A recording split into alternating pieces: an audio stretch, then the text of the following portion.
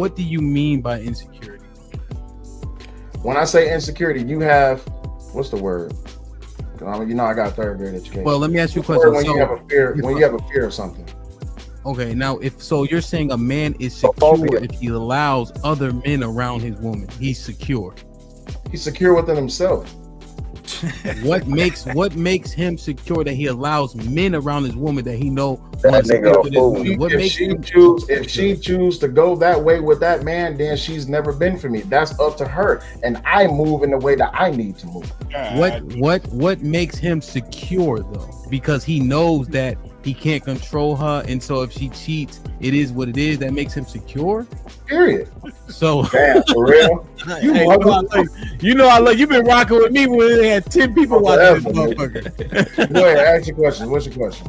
Well, you know, just in terms of even an old friend, you know, just considering what was being said, I think Illa has a point. I think you guys have a point in terms of he been a friend for a long time. In my head, I'm like, the fuck that mean to me? You know, like that's just how my head, like when I be thinking this shit, I'm a husband now, right? Or I don't, what you did generally, I don't, it is what it is, right? But what can he do for her? Can she go to him for the support? Can she go to him for money? None of that shit. I'm gonna let you finish answering. Can she go to him for money? No, she can't. That's my job. Can she go to him for spiritual guidance? No, that's your job. Shit. Exactly. Can she go to him for protection? No, like men, they go fighting things of that nature. The strong boys would be taken and separated from their family, stuff like that. Yeah, and they were friends. Yeah, they're used to. Yes, that happened. So when we're criticizing black men, if you think it takes a couple generations to change, right? And we just went through some of the things you acknowledged happened to black men and were targeted specifically just 2 generations ago with your your generation. And then we come at black men like we did it all to ourselves. You don't think there's an apology of some sort in order? Can I just ask this, Mr. Fantastic, what was the reason that she would mention your pension? Because she's not going to just do that out of nowhere. What happened to make her say, oh, I want your pension? Or was she looking to divorce you for something? I'm just saying, something that you may have done. She wanted to divorce you, and so she mentioned it, and then you beat her to it. I've explained this at least. This is the last time I'm going to tell y'all this. We were living in 2 separate things called geobashing, right? She was the one accusing me of doing shit that I wasn't doing. I told her, if you go to this and you keep accusing me when I'm not doing anything. I was in her hometown with her people around all her folks for free.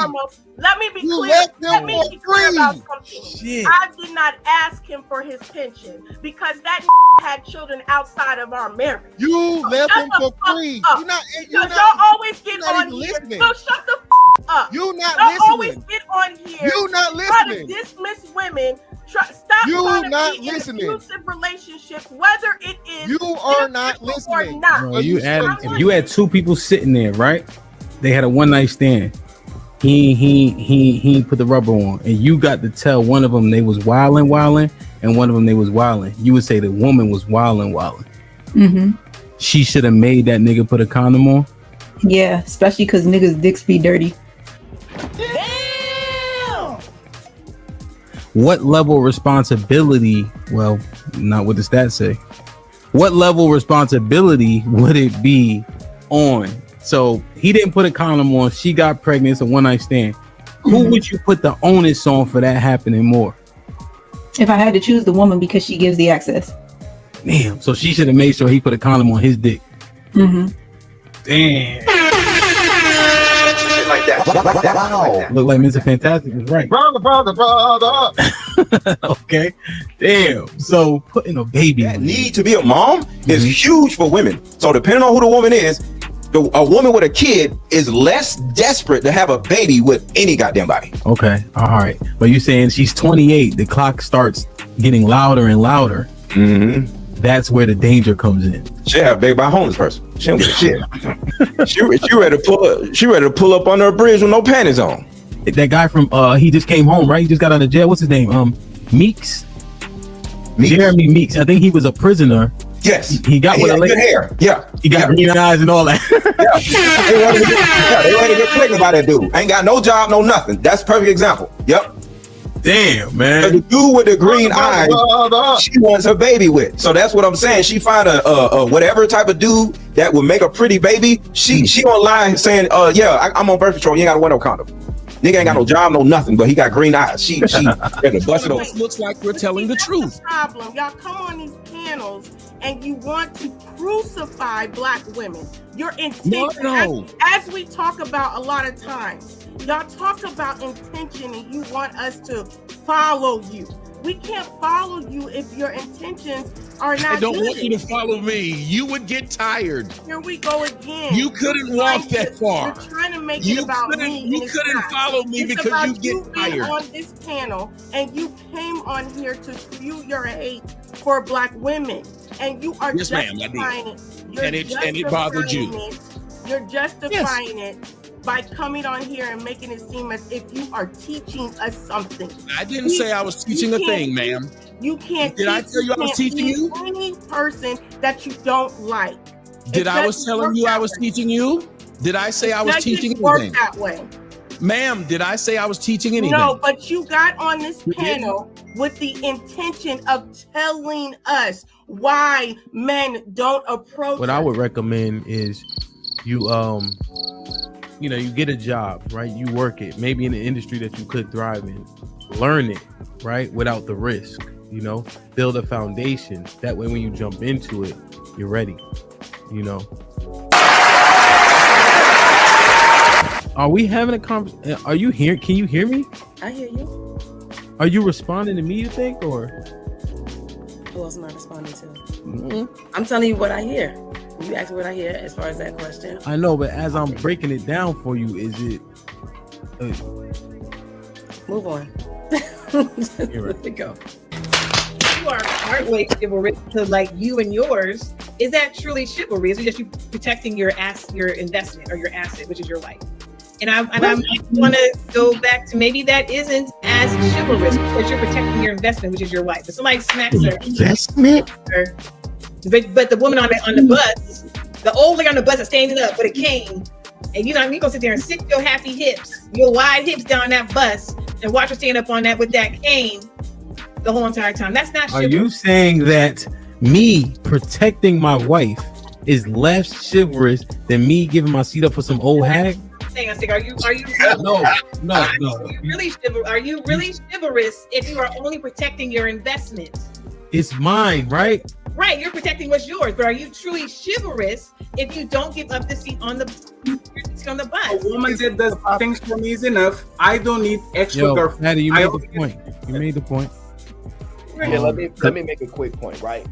I think this conversation can trigger women, but to be fair, right, to where Beans was going, because it's not a checkmate, but I understand your point, is that women don't actually believe that they're bringing value to guys like that, because otherwise they would be encouraging men outside their man to have more female friends, and they don't. They actually discourage, hey, you don't need no female friends. But wait, women are so valuable and important. What you mean I don't need no female friends? It actually shows you what women think. Even women think about that shit. There's a lot of nuance there that you could examine. That's a great point. That's clear. I agree. That's from the biological standpoint. Indeed. Now they try to change that culturally into women don't have a definition. There's nothing that actually defines it. What ended up happening was this, though. The advent of feminism actually took away what femininity was by saying it was antiquated, it was old school, it was slavery, it was oppressive. But then they turned women into fake men.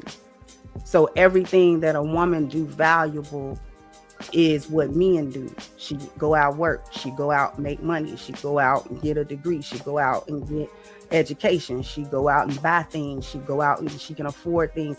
These are all the things that men have been using to measure themselves and whether or not they've been successful or valuable or things of that nature. Women had a different set of things. Been only pursuing so much for the attention of women. This is all, it sounds so new to me when I'm hearing it, but maybe I didn't have this perspective before. Calvin was good. B Love, what's up? but it's just like why we do things. Where does our moral code actually come from? How far are we willing to go to stand on it? Does your moral code have contingencies? You know, I have the clips queued up, but I'm just thinking through it. You know, the double standards. How long can we? I thought they just were a thing, but I guess they have like there's a reason for it.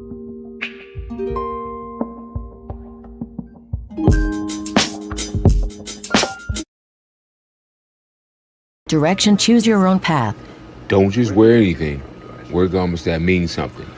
We got hats. We got sweatshirts. We got jackets.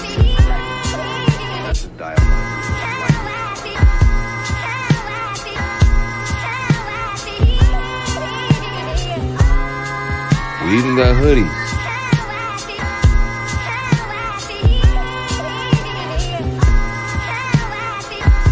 Let's not forget our classic tees. Direction, choose your own path.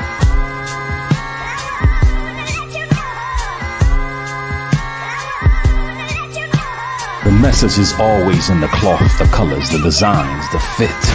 Basic. Pay attention. Stay alert. And remember, choose your own path. Direction, choose your own path.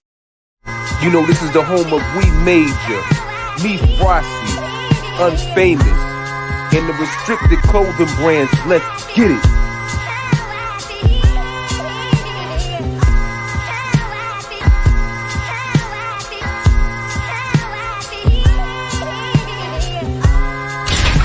The message is always in the cloth, the colors, the designs, the fit. Basic. Pay attention. Stay alert. And remember, choose your own path. This Might Be Risky sponsorship package is here. Have your ad run on our live streaming episodes, linked in the video description and attached to our many hot take clips. The channel is fast growing with thousands of views and subscribers. Don't miss your chance to grow your business on one of the fastest growing platforms on YouTube. Join the family today. This might be risky. Email us at thismightberisky@gmail.com if interested. Hashtag Indeed, hashtag do the right thing.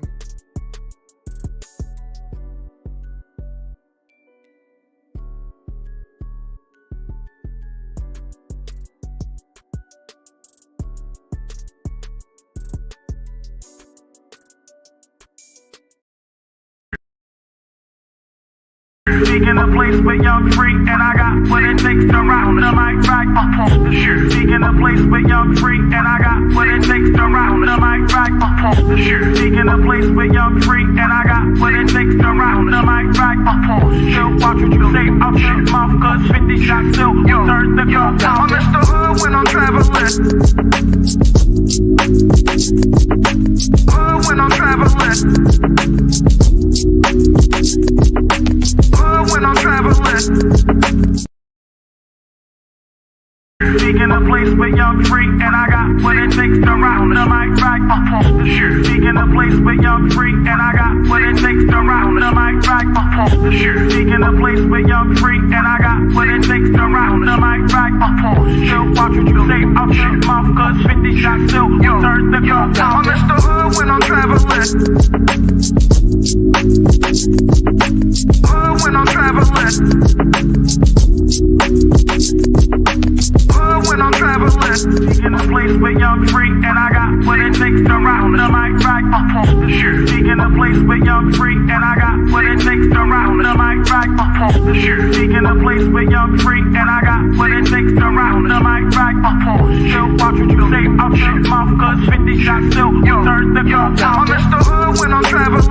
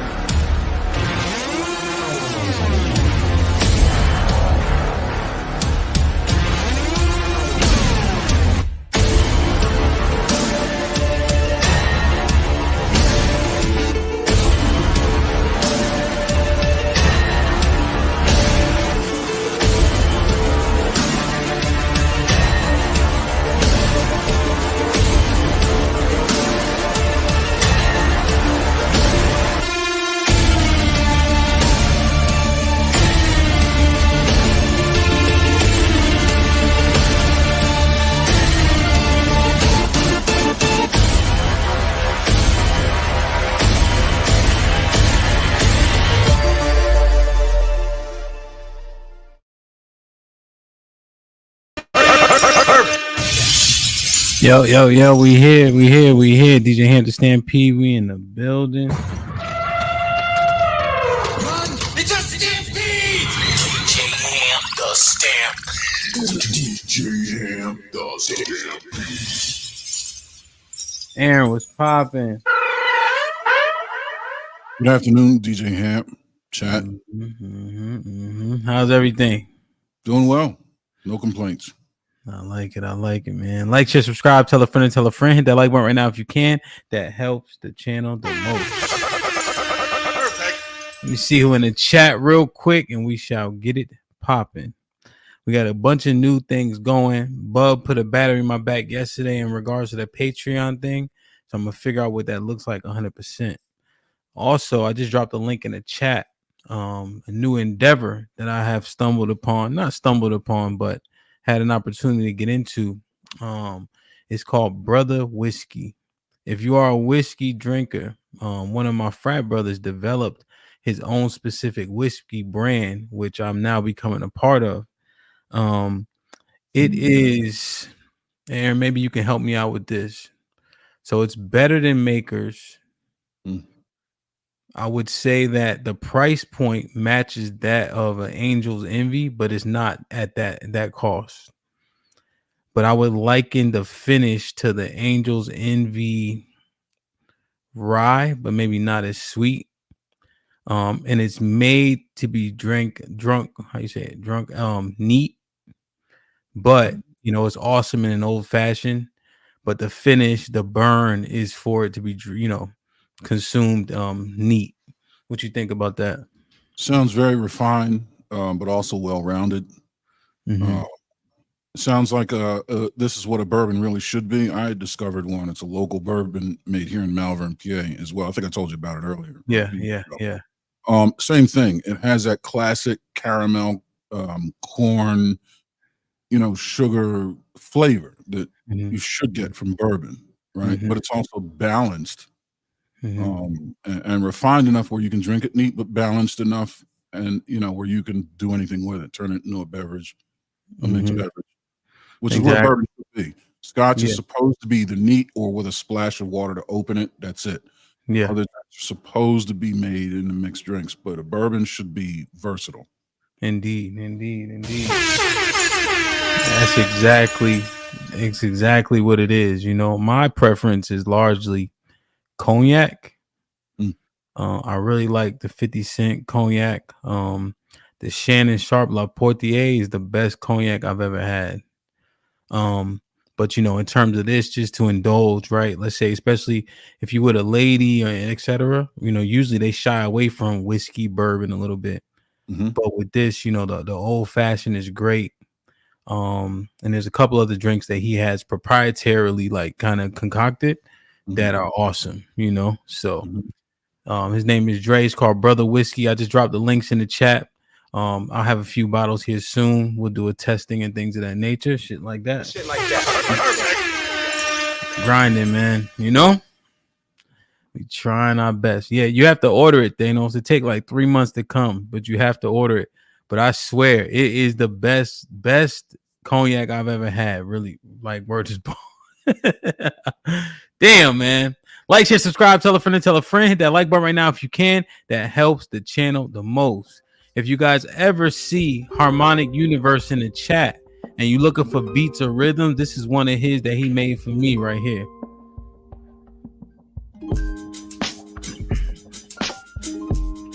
Find him on Instagram.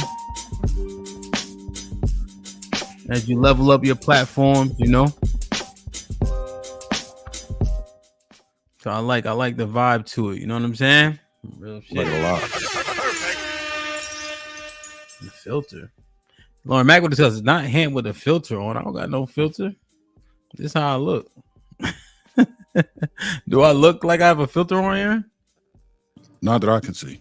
Yeah, man. They be hating. I don't wear makeup. Girls do. Shit like that. Damn, man. Let me check the likes. We have 142 people in the building, and we have 80 likes. Not bad at all things considered. You guys are trash at hitting the like button. Today, you are still trash, but less trash than yesterday. It's all about. He said my box again. It's all about progress, right, Aaron? We're recyclable stage, not garbage stage. We're moving up. Indeed. Shit like that. Let me say what's up to the chat and we'll get it started, man. Dre was popping. Hey, Dre be keeping the the Discord lit, man. Fifi, what's up, Fifi? I didn't see you in the Discord. Rainbow, I didn't see you in there either. Look at that. Tiff, did you get in Discord? You know you in technology don't get along that good. Lauren Mack, what's popping? Is in the system down for the morning. I don't know what that means. Venus, what's up? Oh, maybe they was looking at the thing. Callie, was good? Let me see. Mr. Williams, salute. Josh, what's popping? Mel, I see you. You already know. Let me see. Tequila, Shalom, salute. Melly Mel was popping. Let me see. D, salute. Welcome. Victim Olympics was good. Rock was popping. Witty, you early today. Okay. Let me see. Okay, I dropped this in the chat. Jalen, they starting to breathe down my neck about this meetup in Houston, man. So we're gonna have to get together, see if we can make something shake because you down here. Catherine, you change your picture. Okay. Let me see. Chocolate Bunny in the building, man. Salute to the POV tonight. We'll have some new faces. But this waterman, what's good? Charles, I hope all is well. I think this is spam. Gotta be careful with those. Tazzy. Okay, fair point. Impress, Shalom. Let me see, I'm going slow today. Mrs. Locke, salute. Just trying to get everybody. Devin, what's good? Dre, you wildin'. You Kurt was popping. Punch Out. I ain't seen the intro to Punch Out in a minute. TN was popping. Thanos in the building. Bub in the building. Miss Live Your Life in the building. I like it. Like, share, subscribe, tell a friend. Hit that like button right now if you can. That helps the channel the most. Nah, man. Those things are necessary. Foe was popping. I don't think did Foe hit the panel yesterday? No. I don't think so. Bad Life. Salute. Hope all is well. Miss Jilly. Well, I just rolled by. Trey was good. Miss Jilly in the building. Decatur ATLian. Salute. I got Josh already. All right, man. Let me scroll. Ray Midnight was popping. All right, let's do it. Miss Live Your Life. Salute.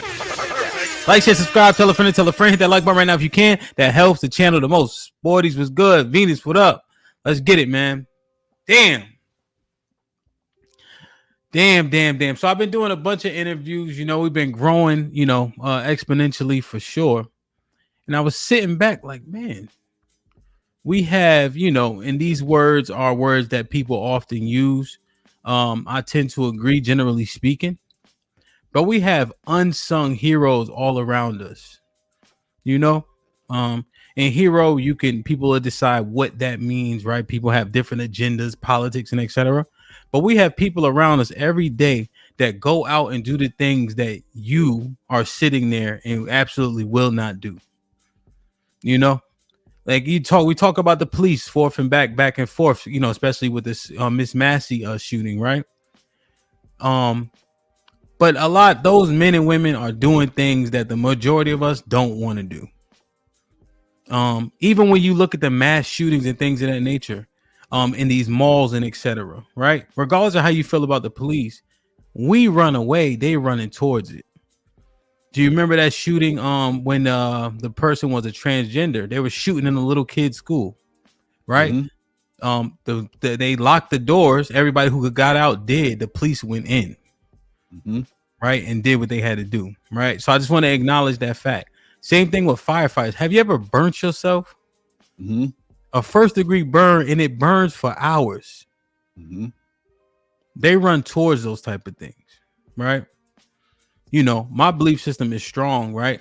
Regardless of what I feel about the government and Babylon and New Sodom and Gomorrah, etc., there's still men and women going out to these other countries and and doing what it is they're asked to do. Once again, the overwhelming majority of us will not do it. So there's so many unsung heroes. So I said, well, shit. One of my best buddies, I consider, right, a person that I admire and look up to, is on the panel every single day. And last week when Aaron, revealed what he revealed, I saw a change in the people sitting there talking about what we were talking about. I think his major point was missed, but I caught it. And I said, we got an unsung hero that sits around us every day, as humble, no brash, never boasting, all the game and the wisdom. I said, it's only right that we do the one-on-one. Aaron, salute. I told my father, he's a Marine. I say, hey, I'm interviewing another Marine today. Needless to say, he old as shit, so he'll probably read that text message by Friday. But regardless, how are you? Yes, sir. How are you? Doing good. Feeling good. Feeling confident. Yeah. No, good. Aaron, what is bronzer? No clue. Bronzer. The voice of music to the hand. What shade of bronzer is that? I think it's a skin thing, maybe makeup.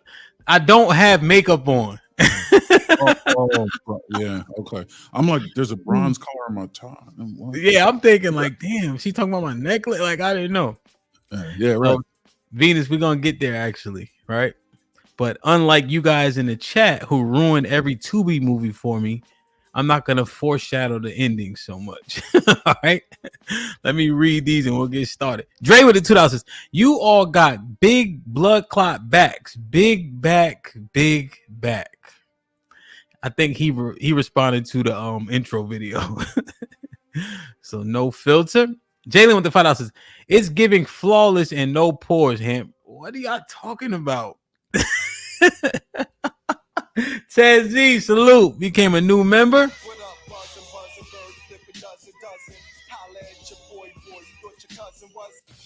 And I'm gonna get these out the way because when we get started, I don't even look in the chat. Lauren Mack with the $5 says Hamp used a matte setting spray. Shout out to the Elf products. What the fuck? Dre on the grind with the $5. I will not be silenced. I got too much weighing on my conscience. Lauren, if you got something to say, get on the conference.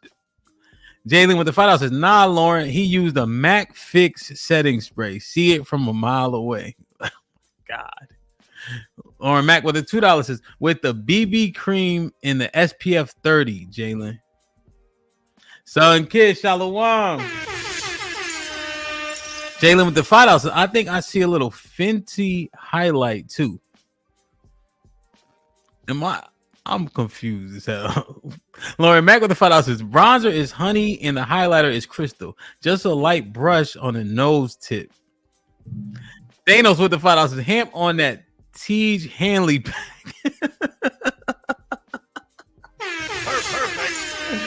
Man, this is crazy, bro. Once again, salute to Aaron for humbling us by being here. I want everybody to pay homage. Put a 1 in the chat if you appreciate all the work that men like him, women like him have put in that all of us frankly haven't, for whatever the reasons are. So salute to him for being here. Damn, Aaron. So I know just bring me through the beginning, like what made you join the U.S. military? Like, what did you have a clear path to that? Was it your father? What was the catalyst? It was a bunch of things. One of the things I like to say is every Marine is born a Marine, really. It's all a matter of when they discover their calling. But you kind of have to be a special case to purposefully join the Marines, knowing what it is. All the other branches advertise for themselves. The Marines advertise that they exist. but they don't make any bones even in their advertisement that this is not for the faint of heart. You're gonna have to earn this, and anybody that walks right into that is a special case to begin with. So, and when I mean special, I mean a little nuts. I come from a military family. My father was a nuclear weapons specialist in the Vietnam War, which is to say, in short, he was on that Oppenheimer shit. If you've ever seen the movie, you know, his jacket is probably longer than mine, and there's probably more things he's restricted from saying than I am, even to this day. And he served 40 years before I did. His father served in World War II. You know, various family members are Marines, soldiers, airmen, sailors. My dad's big brother / cousin of mine, one of my favorite uncles. He was an Air Force pilot in Vietnam, 2,700 flight hours in anything from F-4 Phantoms to C-130 troop carriers. So, you know, there's a family history of military service. And then on top of that, I went to a military academy, a world premiere military academy. In fact, in 1981, a movie called Taps was written about it and filmed on location, starring Tom Cruise. It's called Valley Forge Military Academy. It's literally about 15 minutes up the road from that bourbon place I was telling you about here on the main line in PA, in Wayne, Pennsylvania. So I went there. That's actually where I learned how to play football. So even at the high school level, you know, my freshman and sophomore year, wearing the uniform and living the lifestyle, a military lifestyle, living lockstep with other people, became comfortable and familiar. As far as joining the Marine Corps, or to make a long story short, we all know the date of 9/11, September 11, 2001. I got on a plane to ship to South Carolina to go to boot camp, October 10, 2001. Wow. And the catalyst was 9/11? I mean, obviously you had a trajectory, but regardless, you were signing up. Yeah, I mean, that pretty much sealed the deal. Yeah, right. Solidified. It pretty much, you know, there's no turning back now, son. You know, to me, it was that conversation you have internally whenever you make a large decision like that. And at the time, you know, my political awareness wasn't as refined or nuanced as it is now. I just felt attacked, and I felt that my land was attacked. Hindsight being 2020, well, that is what it is. But the important thing is, at the time, there was a deep sense of patriotism that was unlocked in me, as it was many others. Yeah. So the intention, right?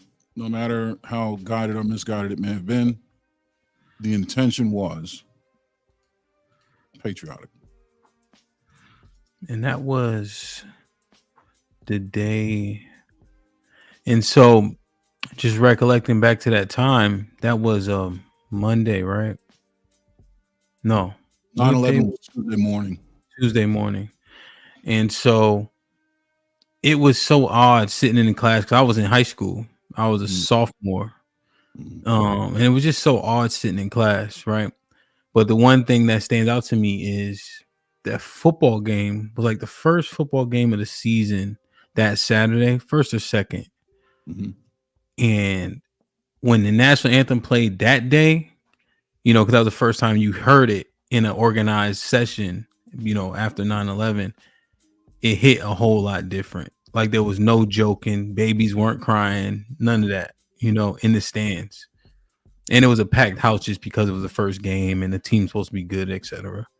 You know, so I definitely remember that. But that's interesting. There's a allegation, so to speak, that the majority of people don't join for patriotism. They join because they need a job. Do you agree? Yes, I would say so, especially if you look at the time in which they join and the job they choose. That can really draw a line between your intentions being patriotic or vocational. Yeah. Now, in terms of that, when you pinpoint the Marines specifically, if you had to speculate, why do Marines join the Marines? Because they're crazy.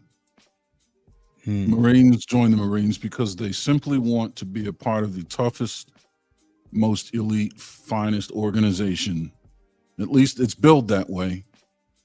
Right? They just want to get into something. They're not interested as much in signing bonuses. They're not interested as much as in career potential.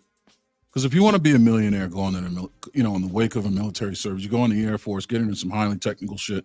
Go into the Navy, get into some extremely technical, satellite program. You know what I mean? You get into some talk to the aliens type shit. But the Marines, we have that, but our purpose is pretty specific and linear.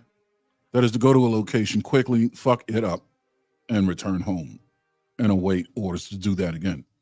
And in the meantime, train to that end. That's pretty much the purpose of the Marines. We don't have a medical component. Corps-wide. We have naval corpsmen. We rely on another branch entirely because our sole mission is to destroy. So any Marine that exists, either their purpose is to destroy or actively support those who destroy. So if I'm not sending rounds downrange, I'm shipping rounds to location. I'm shipping food to location. I'm not here to fix anything unless it's a vehicle or a weapon. Whose intent in sending rounds downrange? I see.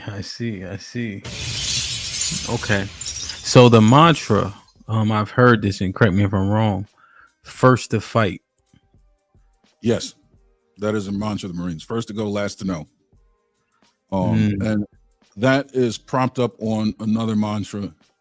Every Marine, a rifleman. That's one that you get in boot camp. When you go to recruit training, purpose of recruit training is singular. To make Marines. What is a Marine? Military personnel that can effectively pick up a rifle, harass, assault, conquer, and destroy the enemy. There's we have the Rifleman's Creed.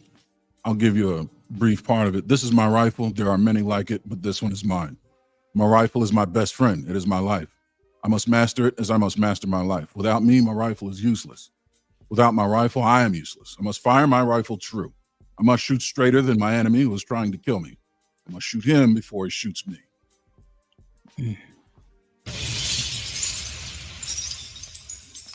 That's amazing. I've heard people, and I think they're saying it. I don't know how they're saying it, frankly. When we go back to the first to fight, people would say first to die. What do you think about when they make that switch out? Yeah, that can be true. So is first to kill. Yeah, they don't say that one as much.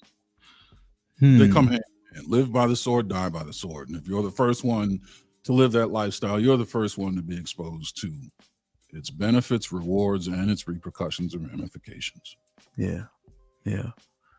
Now, the mantra of first to go, last to know. Why? It seems like it doesn't make sense. Well, that's all right. So that's an internal disdain statement. Because a lot of time, all right, here's another one. Hurry up and wait. That seems counterintuitive. Hurry up and then to wait. What we're told is that we're shuffled around, hurry up, and then stand by for orders. And then go execute these orders. Well, why? What is the purpose of these orders? Who are we going to go? What is this? Well, you don't have time now. By the time you get your orders, you don't have time to be briefed on the whys and the what. You're briefed on your mission parameters. That's it. Yeah. So last to know. I understand that. When they talk about what's the pronunciation? The HAZVAT, the test. ASVAB, ASVAB. ASVAB test, right? they often tell me that the Marines have the to qualify the Marines is the lowest score. Yes. Is that by design? No. It's another thing they don't tell you is the Marines use, you wouldn't believe this, but the oldest, lowest quality technology, especially the weapons. Okay. How does that correlate back to the test? Every Marine is a rifleman, which means you have one job. You're the first to go, last to know, which means knowing is a little requirement. You're essentially a seek and destroy robot. Look at football. Mm-hmm. Difference between an offensive player's mindset and a defensive player's mindset. The offensive player has to be very calculated, has to understand many different schemes and templates. The defensive player has to line up in a few different positions and pretty much seek, then destroy. Not to saying that the intellect of a defensive player is any less, but there's less intellect required. It's more just seek and destroy. Your job is singular. Where's the ball? Yeah. After you do and I think I would put if you reduce the intellect of a defensive player, you have to upgrade the instinct. Right. Correct. And that's what they breed into Marines is a superior level of instinct. Which is where every Marine or rifleman comes into play. They break you down to the bare wood in recruit training and turn you into essentially a weapon, carrying a weapon. That's where the instinct is bred.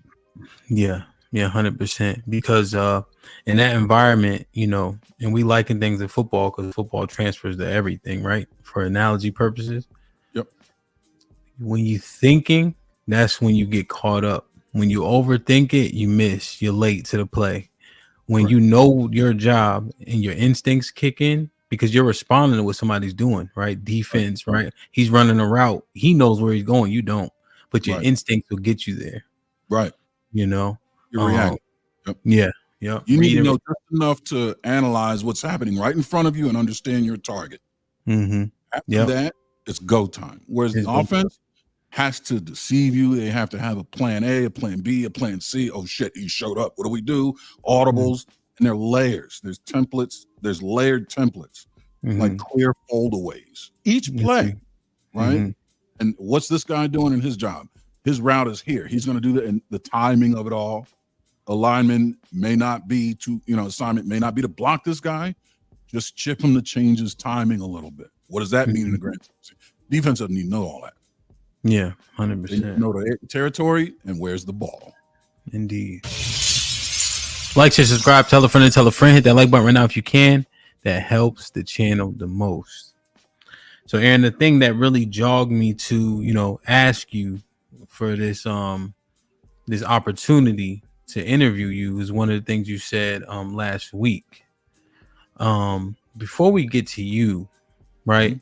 And I know you experienced it, but it wasn't you necessarily. What was one of the worst things you saw? Uphill or downhill? Meaning, worse things happen to my side, or worse things happen to the other side that my side. Other side. Worst thing happened to the other side. Who inflicted it? Them or us? Let's say us. All right.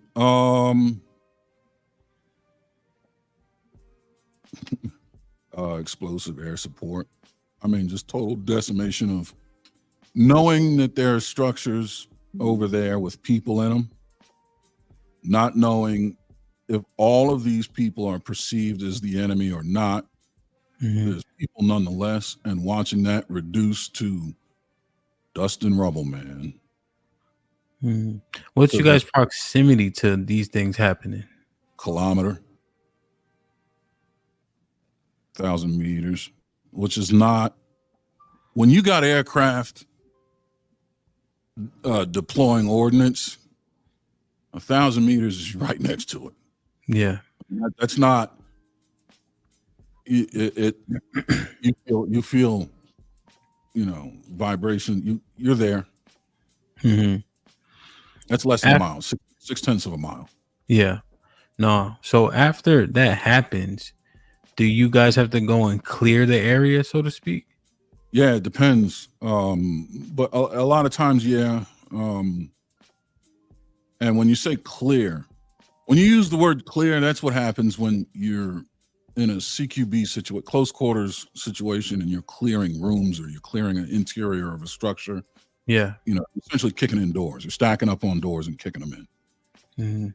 Mm-hmm. This is more or less securing the area, maybe discovering any remnants left, weapons caches. Yeah. Are there any remnants, survivors? But you're not going in with the expectation of finding and neutralizing combatants, which really is what clearing does. You go in, locate, and address and eliminate any potential threat. With this, it's just confirming the threat has been neutralized, and is there anything left over that would be of importance? Maybe some intelligence gathering material, just confirming the effect of the airstrike. Yeah, 100%. What was the worst thing you saw from the other side inflicting? Perpetrated against us or the other side? Perpetrated against us. I would have to say the same kind of. So an explosive, IEDs, improvised explosive device, which I would speculate is the number one worry regarding the Middle East. Operating. Before we go any further, make no mistake, a lot of people's understanding of the global, when we're in a state of war, a lot of people's understanding of the global theater is that it's all happening in the Middle East. That's not true. The Middle East is not where it's all. You got stuff happening in South America. You got stuff happening in the Caribbean and Southeast Asia, right? Bordering countries all over the world. And especially when things flare up in the Middle East, things flare up all over the world because they understand that the United States is now stretched thin. That the public attention and military resources are primarily dedicated to the Middle Eastern effort. So all of these secondary and tertiary skirmishes begin to flare up. Also, there's a lot of Muslim presence all over. It's not concentrated to the Middle East as well. So there's going to be uprising. There's going to, any place where there's an embassy, there's going to be an AK-47 fired at it.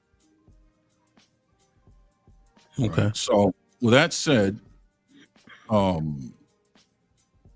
in the Middle East, I'm just going to work on the public perception. In the Middle East, one of the primary worries of the United States military was the IED. And it's simply a dead animal carcass laying roadside or abandoned vehicle or soda can, anything that you can put explosives in and detonate either by proximity or by, or remote. So a soda can in the side of, in the gutter of a road, you got a platoon patrolling down that road.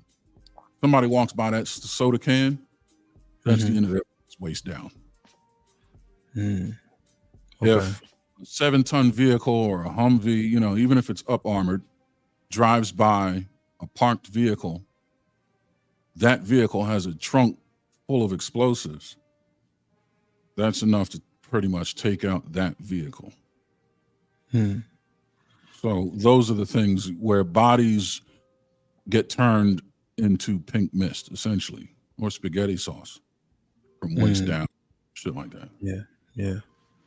Shit like that.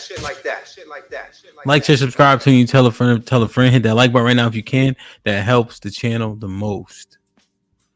On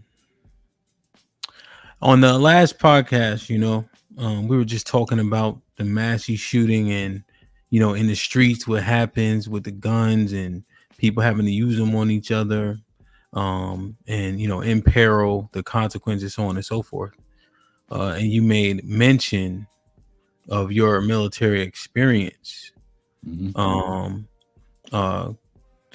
Quote was 12 confirmed. Can you elaborate on that experience and what it does to a man potentially? One way or another, 12 lives have been snuffed from this planet as we know it.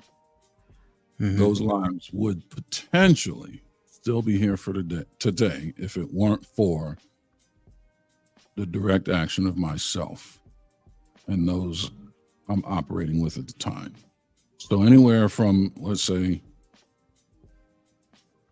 you're in a firefight and you confirm a direct, a shot being, a direct hit, or you set up some explosive device and it's successful, calling in an airstrike.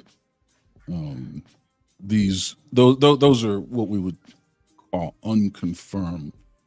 That's where you get into speculating the population of the population of enemy at your target. But when you're talking about point targets, you're in a firefight and it's me and him and I hit him and kill him. That's confirmed. A grenade goes in the room. That's a confirmed. You set up a claymore. That's a confirmed. So if I slow it down for the layman a bit, so you know how we see on the movies, right? It's 5 of us for some reason, five U.S. military soldiers, right?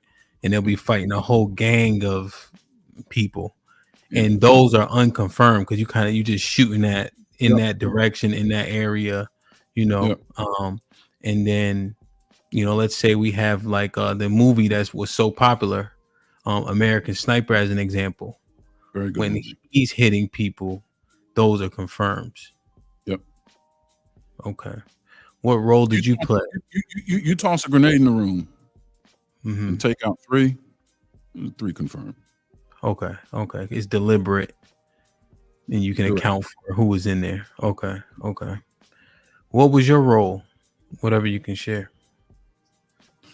So, all right, going back to the beginning, when I initially joined, right? So when you take the ASVAB, if you score high, and this is across all branches, the higher you score, the greater availability of jobs that you can do, right? So when everybody talks about that low score threshold, that's what it is, but there are still jobs within the Marines and every other branch that require a high ASVAB score. The highest score you can get on the ASVAB is 99. I scored a 94. Okay. The lowest that the Marines will take you at is a 31-28 with a waiver. So that's just to give you an idea of the spectrum. And then 0 is where you bottom out. You didn't even take it. So I went into essentially like logistics. So there's supply warehousing and transport, and then you have supply administration, which is more or less it's administrative, but you're connecting with intelligence offices, you're connecting with command offices to analyze the mission, determine what's needed, and then secure those resources, right? To requisition them essentially. And that could be new resources or resources needed to maintain resources that you have. And then track those resources within the unit. So that's the initial MOS that I went in for. Now, when I got into the fleet, which means you're done your initial training, you're done the MOS school, you go out and you're actually serving. I was assigned to an infantry battalion, a very highly decorated infantry battalion.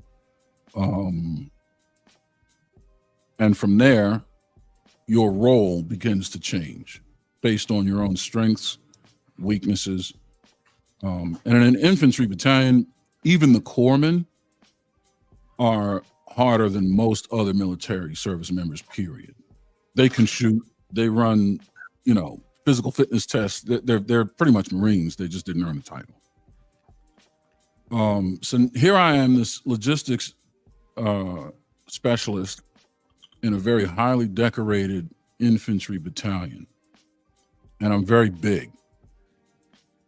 I have a large frame, very strong, very intelligent. So now you're getting sent to secondary schools, secondary weapons schools, secondary training. One of the schools I was sent to was heavy machine gun school, where I learned how to fire the Mark 19 which is a fully automatic vehicle or tripod-mounted machine gun that fires a 40 millimeter high explosive grenade. Another weapon is the Ma Deuce, the M2 50 caliber Browning machine gun. That's the one you see with the butterfly triggers, the long barrel, right? Mm-hmm. Also tripod or vehicle mounted. Now, the thing about that is its round is very similar to the round fired by the Barrett 50 caliber sniper rifle. And the purpose of that weapon is essentially to stop vehicles, penetrate armored vehicles. It's not really an anti-personnel weapon. It's an anti-equipment weapon. But it still has the sniper ability and its accuracy and distance and deployment of deploying the weapon is the same process as deploying a M40, which is a typical sniper rifle. Your closed bolt, you know what I mean? Recoilless rifle that you see every sniper shoot fire. Yeah. So the reason for this, whenever a country is at war, right? New programs and new ways of doing businesses are being developed because you need to keep your enemy guessing. Having said that, things start to change. New programs are piloted, one of which was called the COC security team, which is essentially the battalion commander's A team. The battalion commander would hand select Marines from each department of H&S company or headquarters and support. So this is the company that does everything except what the line companies do. What they do is take rifles and go on patrols. That's it. And then weapons company is heavy weapons, your mortars, right? H&S company is your intel, your communications, your supply and administration, your personnel administration, your command element is part of H&S company, your medical entity is a part of H&S, and any kind of special operations coordination group. So if you're doing a joint operation with, let's say, recon, snipers, anything like that, it's run through your H&S company. Okay. That particular company, there's a command element, and that's where the battalion commander sits. That's the king on the chessboard and his men, the queen and everything on down. That needs an A team, essentially, of bodyguards to protect their interests. When I say personal interests, I don't mean personal like at home. Personal interests as it relates to the battlefield. So if the battalion commander is on deployment and he's got this tent set up, somebody's got to be watching this tent because the line companies are out in the field. Who's going to stand fire watch on this tent? Who's going to, guard the gates, essentially? If you have somebody in the communications element that's laying wire or setting up communications posts, somebody has to guard that process. If you have logistics transporting equipment from location to location, somebody has to establish those routes, guard those routes while they're being used. You can't rely on the line companies all the time to do that. They either don't know anything about logistics or they're too busy fucking up the enemy. Mm-hmm. So you need to handpick people that have expertise in different areas from each of your individual entities and train them in the way of the rifleman as the infantryman knows it. Now they're very specially designed. I can do what the infantry does, high-level infantry work, but I do it within the scope of my original expertise. So now what I'm doing is I'm studying maps, looking at potential avenues to set up a logistics route, submitting that to the commander. And then he folds it into his plan. Now that that's been confirmed, you have to understand the vehicles that are transporting this equipment. So now you got to get with the people in Motor T. What kind of armor are you dealing with? What kind of vehicles? What is their fuel efficiency capability? How long can they go without fuel? How fast can they move? All these things. And you take that information and you determine a route that's most efficient and safest to move equipment from A to B. And then you have to go out and actively protect that route by observing all activity around it.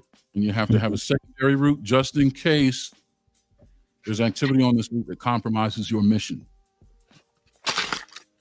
It's a very complex, very nuanced way of operating, but it's very effective because you're taking the expertise of one person and leveraging it in an operational way. Am I making sense? It's me. Okay. So that's pretty much what I did. Okay. So were you, in terms of that route, along with coming up with a plan and a contingency just in case, did you also protect that route? Yes. Is that how you get to the count that you got to, by protecting that route? Correct. There are some inevitabilities. When I mention IEDs, you don't know what an IED is until you know what an IED is. You gotta break that down. It has to go off. An improvised explosive device, like I said, can be a parked car. So now think about Houston, Texas. You got to go from the desert to the city center. Okay. You're going to map a logistics route that avoids parked cars. Can you do that? No, you can't. You can assess. You can look at cars. These cars have not moved in quite a while. These cars are in heavy rotation. I mean, you can assess different parameters to try and guess what's the best, safest route. And you also got to get there quickly. You can't be fucking around. Yeah. And you have to stagger your convoy. Because if an IED goes off and everybody's what we call nut to butt or nose to tail, you're going to take out 10 vehicles. Yeah. You've got a quarter-mile distance between each vehicle. Now you're stretching out your convoy and the chances of getting noticed. 2 vehicles come in, 3 vehicles come in. You got a 20-vehicle convoy. By the 4th vehicle, they know what's going on. Now all of your foot soldiers with RPGs are closing in on your location. You got 17 vehicles left. So there's some inevitabilities that you got to deal with. Those inevitabilities should be turned into confirms. So those inevitabilities come in the form of people, I would assume, and you have to protect the convoy at all costs. And I'm not protecting the convoy. Fuck the convoy. I'm protecting the Marines. Does that make it more palatable? Yeah, there's 2 things that make all of this palatable. You're protecting the Marines, which makes it personable. But you're firing your weapon at a target, which dehumanizes them. You're not hitting him, you're hitting it. Aim your weapon at your target. Aim center mass at your target. Fire, you know what I mean? Impact the target. It's all about the target. No one ever said, hit that enemy soldier, enemy personnel. You don't use that language until you're like at some war room talking to stars. Enemy personnel. You're talking about Geneva Convention shit. Remember I told you about this rifle? It fires a 50 caliber round. It's not intended really for personnel. It's intended for gear. It's against the Geneva Convention to fire that thing at personnel because it's inhumane. That round passes within 2 inches of your shoulder and your arm's coming off. I didn't strike you with it. The vortex behind the round is enough to fuck you up. Now, here's the catch. You got dog tags on. That's technically considered military gear. I was trying to destroy military gear used to identify personnel. So I struck the dog tags with this sniper rifle. Wasn't my fault the guy was standing behind him. Damn. Now, is that a combination of what's being taught and also what makes it palatable? 100%. It's taught like that to make it palatable. So dehumanize the target is a target. Humanize, humanize your friendlies, dehumanize your opposition. You're ridding your family and household of vermin. Okay. So when you reduce them down to that, pulling that trigger, does it? I don't want to use the wrong term. Does it make it easier? When during the moment, ease is not really. You don't even know. You're not even. It just makes it so that you operate. I don't know if it's even easier. That's not part of the conversation, right? A lot of people, fear, emotion, all of that shit has to go out the window if you want to survive. Because you got to be clear on what you're doing, and you should have enough fear to keep you alert. Your fear is good because it keeps you awake. Your mission is 56 hours. Yeah. But you don't want enough fear on the battlefield to distract you, or worse, turn you into a coward. Or you're questioning, right, the outcome here. You still need to be confident in the outcome, but you can't be thinking about one or the other. All right, we're talking about phrases and sayings, and one shot, one kill was on the thumbnail coming in here. Another one is, if you ask a rifleman, what is the first thing he feels after a deadly round that he discharges impacts the enemy? What's the first thing he feels? You know what the answer is? What's the answer? The recoil of my rifle against my shoulder. Damn. So, like, share, subscribe, tell a friend, hit that like button right now if you can. That helps the channel the most. I understand the tactic, right? In terms of getting people to be able to operate. Have you ever, and obviously you can answer, not answer, however you want to answer. You ever encounter kids behind those dog tags? I've encountered kids with explosives. A lot of people think, tell you what, I'll paint a picture. One that not only I've had to face, but many other service members have faced in many different iterations, but the sentiment reigns true. And this is a picture I like to paint when the conversation of women on the battlefield come up. And I'm not going to make this political, but you'll be able to see where I'm going. Imagine, and I want the audience to do this. Imagine you're in a position where you're tasked with the job of looking out for people that are taking a break. You're in what's called an LP or an OP, a listening post or an observation post that is a distance from a platoon of Marines in between missions. Some are taking a nap, some are writing letters, reading letters, some are eating chow, right? But they just got done a patrol and they're waiting orders to go on another patrol. And it could be anywhere from an hour to a day, but they're just kind of here in the middle of the desert on the edge of a city or something. Under vehicles and shit like that. They're shaving, they're, conducting hygiene, whatever. They're getting their lives back together for a second. Your job is to just sit there and watch their back. Now, anywhere in the Middle East, even I operated in Haiti. Kids running up on you in Haiti is something that happens all the time. They want chocolate, they want money, they want toys. They just want to interact with you because they think G.I. Joe's in town. Yeah. Kids running up on you is not an unusual thing. One day, one kid is walking up on this cluster of service members whose back you're watching. And you notice that this kid's garb, their attire is not fitting the way attire to fit children.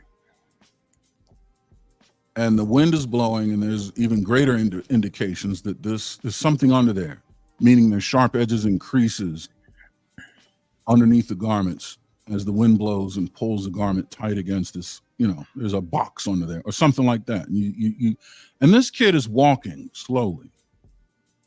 Kids don't do, if kids approach service personnel, they're running. And there's more than one. This one's alone and walking.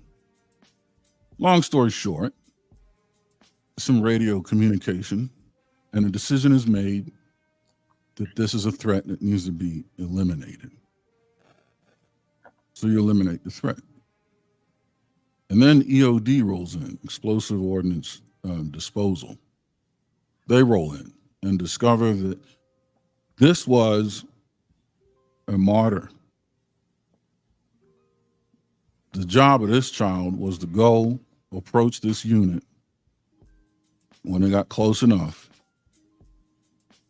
you get it. The explosion was to take out the unit. No matter how you slice it, that kid's fate was sealed. Does it make it easier to squeeze the trigger? Does the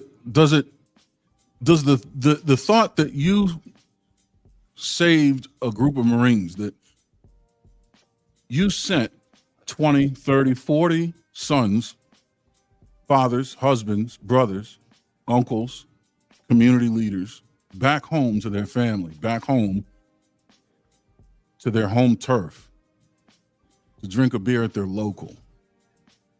Does that make it easier to sleep at night? Ask yourself those questions. Whether it does or it doesn't, who are you at that point? Yeah.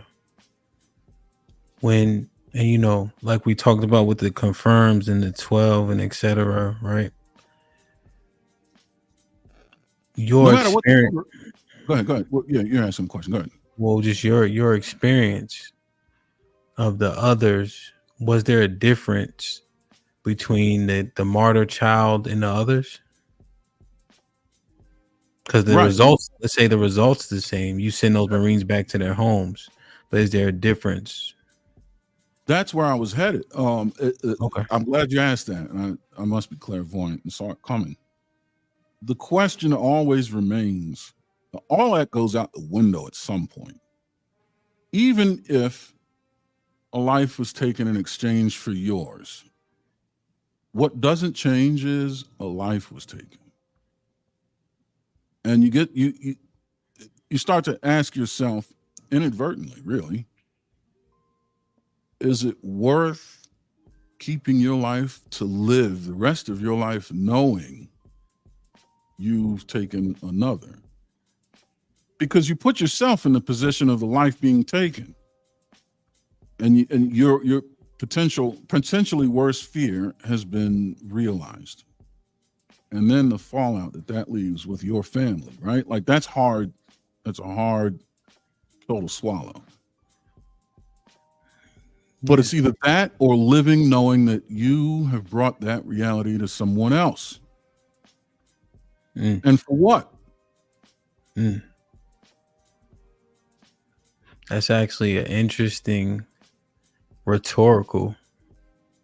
I think when people do not join, right, and we play video games and we listen to the news and, you know, oil and poppy seeds and all this stuff, the question is exactly that. For what? We don't know all the ins and outs, but you know, yeah. So are you guys in the same boat essentially? First to go, last to know. Like, you know, when we with, you know, the alleged allegation about 9/11 is we went over there for oil. We're all in the same boat. There's only two boats, the big one and the little one. We're all in the big one. You know who else was in this big one? Who's that? 12. Mm. You know who's in the little one? The motherfuckers that sent us.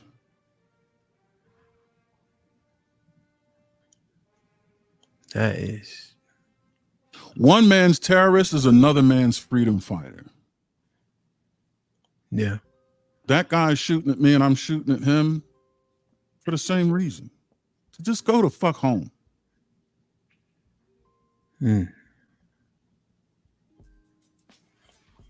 That's real. Like, share, subscribe, tell a friend, hit that like button right now if you can. That helps the channel the most.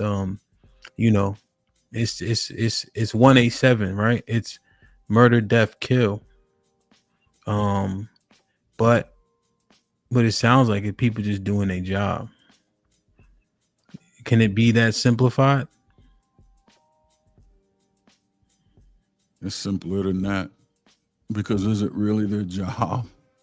They're just doing what they think is best based on what they've been told. That is crazy. That is. Is it our job to kill one another?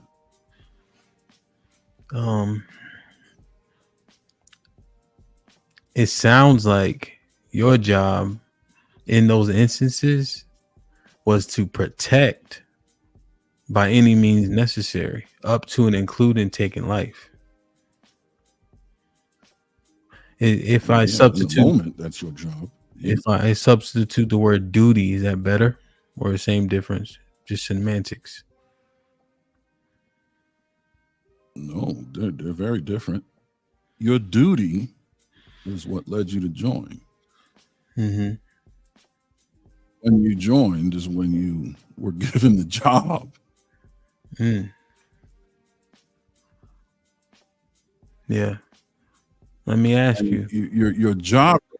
Go ahead. No, go ahead. No, I was saying your job requirements is just real stiff. Once you sign your life away, that's it. It's do or die. But duty is what brought you there. And duty can be misguided. Duty is a very personal decision, and it's based on principle. You know that. Yeah. 100%. But it's when other people leverage that to their best interest. Yeah. Is what makes the job fucked up. Yeah. Was there 100%? Was there a difference between the first time, the middle time, and the last time you had to pull your trigger with that outcome? It's all run together. At this point, I couldn't even tell you. I can tell you about operating in Haiti. I can give you some details about, that operation was called Operation Secure Tomorrow. I can tell you about my experience in the Philippines and in South Korea. Largely training missions to train the people that were there at a time of war. Talk about building a plane when it's taken off. Yeah. But that's because at the time, North Korea was getting feisty, and then there's these Muslim factions in the Philippines, the Abu Sayyaf, that are getting goofy as well, and you're trying to train the ROC Marines and the ROC soldiers and the Philippine Marines do their thing while maybe trying to assist them, but you got to follow Geneva rules of convention, laws of engagement, all this kind of thing. It all runs together. 100%. You don't even realize what theater, what you don't, it's just you get on a plane, a bird, a helicopter, a boat, in a vehicle. You look at a map, you get mission parameters, you go execute, you come back, you debrief, you sleep, you do it again. And here and there, it's perforated by moments of I'm home with my family for 10 days, 4 days, you know what I mean? But and you back out. And in the training, the way you train, it sets you up so that it all runs. I can't even tell the difference between a training evolution and a real life evolution. They train you that just so you operate. That's it. This is out of, if this is out of bounds, I apologize. It just popped in my head. When you go to countries, like you mentioned, like a Haiti, people for all intents and purposes look like you. Did that change anything? It changes a lot. On the front end, it changes a lot. On the back end, it doesn't change much, if anything. Because on the back end is when you realize your humanity again. And then you realize that there's more similar about anybody on the globe than there is different. But on the front end, going in, it changes shit. Sometimes it makes you less aggressive. Sometimes it makes you more aggressive. Sometimes it makes you less afraid because you think there's a connection to be made that you feel, that they'll feel. Sometimes it makes you more afraid because they're like, "Oh, you? They send you?" And it's like we weren't even there to be combatants, really. I mean, well, as far as you need to know, it was a humanitarian mission. God. Like, share, subscribe, tell a friend to tell a friend. Hit that like button right now if you can. That helps the channel the most. Man, that is interesting. This part. The people that you went there with that didn't come back with you, so to speak. Can you let us in any way, shape, or form of what that's like?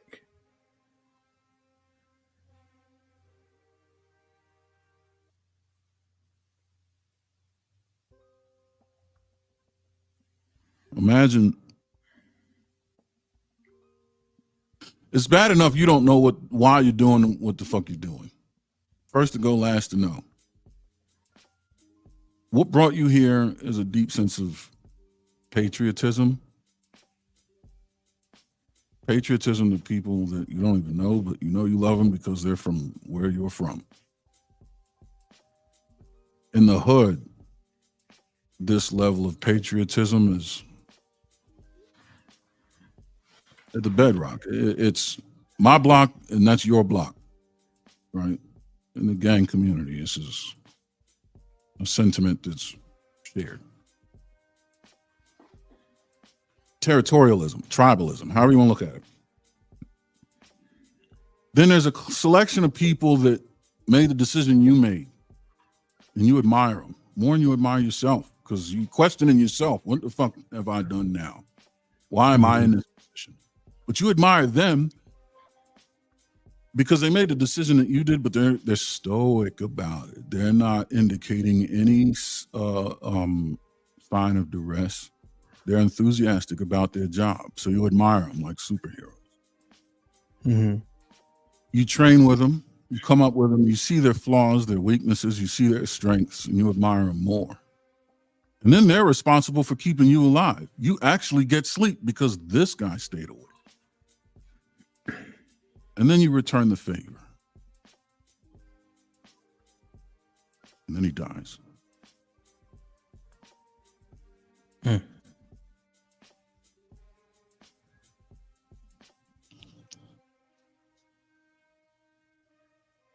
you see it.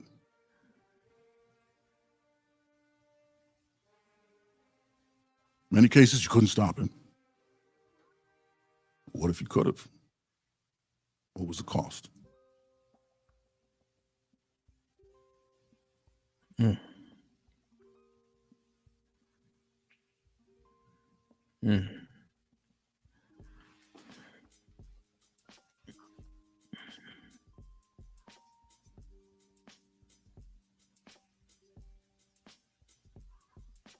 It's fucked up, but we're humans.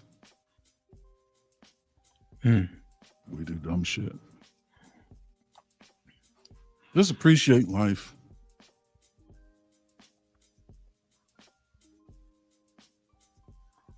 You said you couldn't stop it, but what if you could? That's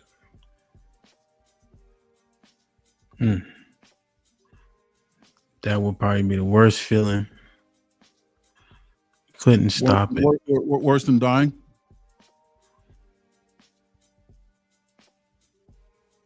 Let's say dying is let's say that's the best option. The guy you left behind is now feeling what you would have felt. It's all fucked up. Yeah. I have 3 brothers. If I couldn't stop it, but what if I could? I couldn't undo that. It's a hell of a statement. I showed a few pictures, early on, the pictures you sent me, are this may be missed. Okay, they're not all here. They're not all here. That's what you're gonna ask.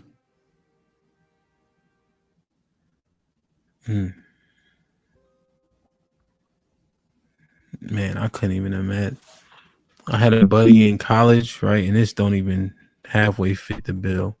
He got shot, just violence in around the way, and him and I just started back talking, not because of beef, just because we just, you just out of college for so long. We used to ride together all the time, and y'all just reading the messages alone,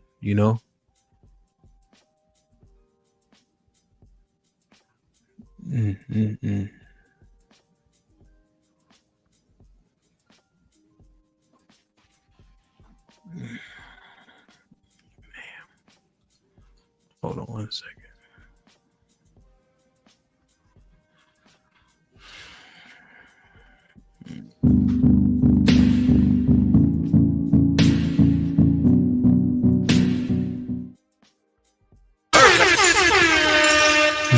Like, share, subscribe, tell a friend to tell a friend. Hit that like button right now if you can. That helps the channel the most. What's your recommendation to young men? I know the talks of reinstituting the draft and etc.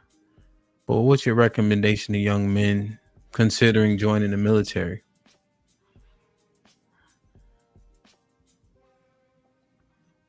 Know who you are and appreciate that. Know who you are, meaning know your principles, know your strengths, your weaknesses, your intentions, where you come from, what you want out of life. When I say appreciate that, appreciate all of that as factors and components of life. You master those things and you do what you think is best because it's your life to live. And I'm not going to sit here and have you consign yourself to a life of misery because you think you should or shouldn't do this, and it opposes your every principle. Nor am I going to suggest that you go into defending something that you may end up regretting. All I can say is this: regret is a part of life, and if you're faced with it, don't let it ruin the rest of your life. Embrace it and move on.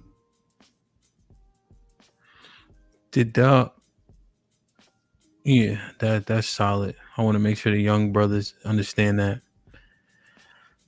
Those experiences, did they... Oh, obviously, I think there's an effect in a moment. Is it everlasting? Did they change you? The people that loved you before you went, could they notice? Oh, yeah. They notice every time I come home, I'm different. When I came home from boot camp, I'm different. When I came home from my first deployment, I'm different. Second deployment, third deployment. When I left the Marines, I'm not the same person I was in high school. I mean, none of us are, but in some ways, I'm more of who I was. In other ways, I'm diametrically different. But I don't know that that's really even a relevant. I'm not saying it's an irrelevant question, but it's something that, I mean, we all evolve. Everything changes. Yeah, I agree. I think, to clarify, because it is a poorly delivered question, I think we all grow and evolve, right? And experiences help do that. There are experiences, though, that I have that the change was imminent because of what it was that I was experiencing. So it's not like I jumped off a cliff in Jamaica, right? I'm like, oh, I'm not so scared of heights, or whatever the case is. It's like, oh, this is that. I will never see that the same way again.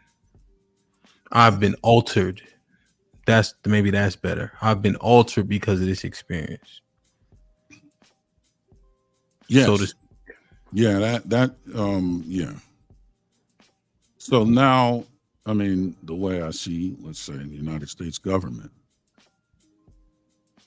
gets changed from the inside, and then I'll leave that right there. That alone can kind of change not your intent, but it changes your perception of how your intent is fulfilled. Mhm. And I'll leave that right next to it and move on. One thing that comes with one thing, I'll give you another little story or quip. Luckily, it didn't really take hold of me because I had experience with this before, lots. But one thing Marines come home and do is they come home and die. Why? Well, because when you're over in another country, you're getting a lot of money. You're getting your base pay, you're getting combat pay, you're getting hazard pay, and you're not spending it. So you can come home with 30, 40, 50, 60, 70, $80,000 on a 6 to 9 month deployment. So what do? You go to the car dealer, the motorcycle dealer, and you get what is essentially a ground-based missile.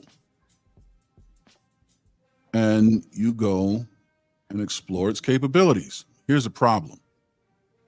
You're seeking an adrenaline rush that can't be replaced, one that was developed in the country you are in. Your sense of adrenaline has been numbed. When shit's blowing up around you, your adrenal intake, you get acclimated to it. And now you're seeking the same adrenal rush through something recreational behind the wheel of something that's way too powerful for anything you're skilled to operate. You have a sense of bravado because you done made it home. You're a little bit invincible. I mean, that motherfucker over there couldn't get me with an RPG. I'm in control of this high horsepower individual, this horse. This ain't gonna kill me. And that's exactly what it does. So for the worst, changing your perspective can happen. And walk that change in perspective will walk right into your recreational life and take you out. All the other stuff is obvious. Changes in perspective on life. But it even will hit you where you would think it never would. And that's where you have everything under control, where the world is yours. It'll get you there too. I see. Yeah. No, that you looking for that fulfillment, but it wasn't even created in the space you now occupy. That's something that people wouldn't understand. Like you're trying to duplicate a adrenaline rush, which is impossible, not for the mere fact that you can't go pick up a gun. It's the environment, the people, the places, the things, the smell, all of that speaks to it. You can't recreate that. Even if you could, you don't have a skill needed to manage what's necessary to manage to prevent your demise. Yeah. Even if you could recreate a tumultuous enough environment to recreate that adrenal experience, you don't know what you're doing. You're moving at speeds and having to make decisions with timing that you don't have any practice in. Yeah. Damn, I know you're into fast cars. Yeah, that shit never got me. I stayed humble because I knew before. I know what that world entails. I know what my capabilities are, and I know the capabilities of a vehicle and how to see them coming. I was trying to educate brothers on that shit. Yeah. If anything slowed me down a little bit or made me even more apt to leave it on the racetrack. But not everybody has a history behind the wheel of race cars or race, you know what I mean? High end, nobody, come on. I'm not fooled into thinking that this is the usual. Yeah, no, 100%. There's one thing that we always see depicted in the movies. The tossing and the turning, the unrest. I remember in one of the movies specifically, was it American Sniper? Where he was literally watching the tapes of real like live action, like people actually getting deleted. You know, it was a movie, but he's watching real tapes of carnage essentially, and a lot of the tossing and the turning, the dreams and nightmares. Is that sensationalized in the movies? No. I don't watch really those movies much anymore. Before I'd watch a war movie in a minute. I don't watch that shit. I'll tell you what, round about the time I got married, maybe a little bit before. No, I was married just a few years ago. 24? So let's call it 2017, just for the sake of the conversation. I'm asleep in bed with my wife. If she's here, she can tell you the story. If not, she's in the other room. I'm asleep and I'm having a dream. And I didn't realize I was having a dream until I woke up. And what woke me up was the realization that I kicked my wife. And when I say I kicked her, I mean I Donkey Konged her. What I was doing, I was either breaching a door or kicking someone off. I don't know. I don't remember the details of the dream, but the dream was, you know what I mean? Like I was operating and shit, you know what I mean? And my leg, I just remember Molly whopping her. I'm surprised I didn't break her shin or some shit, you know? And I immediately woke up on impact. Boom. And I realized, I said, I just kicked some. And I'm looking at my body's on, and hey, are you all right? And she's like, yeah. You know what I mean? Like she's like, yeah, I'm okay. I'm like, oh my God, I'm so sorry. To this day, I talk about it. I'm apologizing. She knew instantly what it was. She's like, no, it's not your fault. You didn't, you know what I mean? She's like, I knew. I mean, it surprised the hell out of me, and it hurts like all hell. But the moment it happened, she forgave me. She said, nothing to forgive. She knew exactly what it was. She said, I know you would never. And I beat myself up about it still. I don't know what's worse, the damn dream and what led me to it, or the fact that it's having an effect on her. Like, I don't even sleep as close to her, you know, like I don't, like that spoon and shit, we don't do that. We got this huge king and I'm over here and she's over there. You know, I don't want to, sometimes I don't even sleep in the bed or, you know what I mean? Because I just, you shouldn't have to feel the fallout of any of this. And that's if I sleep. She'll tell you about my sleeping patterns. Well, you can probably figure out my sleeping patterns. I don't. And then she even when I'm asleep, she can have a conversation and I can verbatim repeat the entire conversation as if I was awake and eavesdropping. Is this associated with that experience, the military experience? 100%. I was a 12-hour teenager just like the rest of us before I went. I'd go out and wouldn't come back into this world until I was good and damn ready. Now, sleep is weird to her. I mean, not anymore. She's like, yeah, that's how he sleeps. But it was surreal. Do you sleep? And then when I do sleep, I might get 14 straight, just catch up, or I don't sleep at all. Or my ability to sleep on a pinhead, wake right up and operate, go from completely out to behind the wheel of a vehicle in 3 minutes. It's including brushing teeth, getting dressed. You know, it's strange. Or she'll have a conversation and I'll wake up and contribute to the conversation and the fuck? Broken sleep, man. That unrest. Damn. But she's super supportive. Like I couldn't have a better wife. She makes that experience so easy for me. Yeah. I mean, because I get to live it. I get to process it the way I naturally. I don't even feel bad about it anymore. I actually can sleep. Sleep is something that it's on a button for me now. I get sleep when I want sleep, and then I'm rested. And she'll even take care of the kids, whatever's necessary around it, and let me sleep. Stay the fuck out of it. I'll go to sleep at 1 o'clock in the morning and won't wake up until 6 o'clock the following morning. And not a disturbance. And this will be Tuesday. You know, something weird. She completely lets me live that. Sleep is no longer a lamented experience. She makes it easy. Yeah. And I appreciate her for it. That's why I fucking serve, because people like her. You're not going to threaten their existence. Not on my watch. Fuck you. Shit like that. Shit like that. Shit like that. That question always comes up, Aaron. Is the military actually protecting us, or is this just what's fed to everybody? Yes and no. It's protecting us. Because if it wasn't for the military, we'd be speaking, I don't know, German, Russian, Vietnamese, choose one. Spanish, I mean, who knows? It's protecting us. But that's not its direct, that is a byproduct of a greater responsibility, and that is to protect the interest of, well, I'm not going to put my tinfoil hat on, nor am I going to get your channel compromised, but y'all know what it is. Y'all ain't stupid. Shit like that. Shit like that. Yeah. Shit like that. Shit like that. Shit like that. Okay. Damn, man. Like, share, subscribe, tell a friend to tell a friend. Hit that like button right now if you can. That helps the channel the most. Man, I just damn that shit.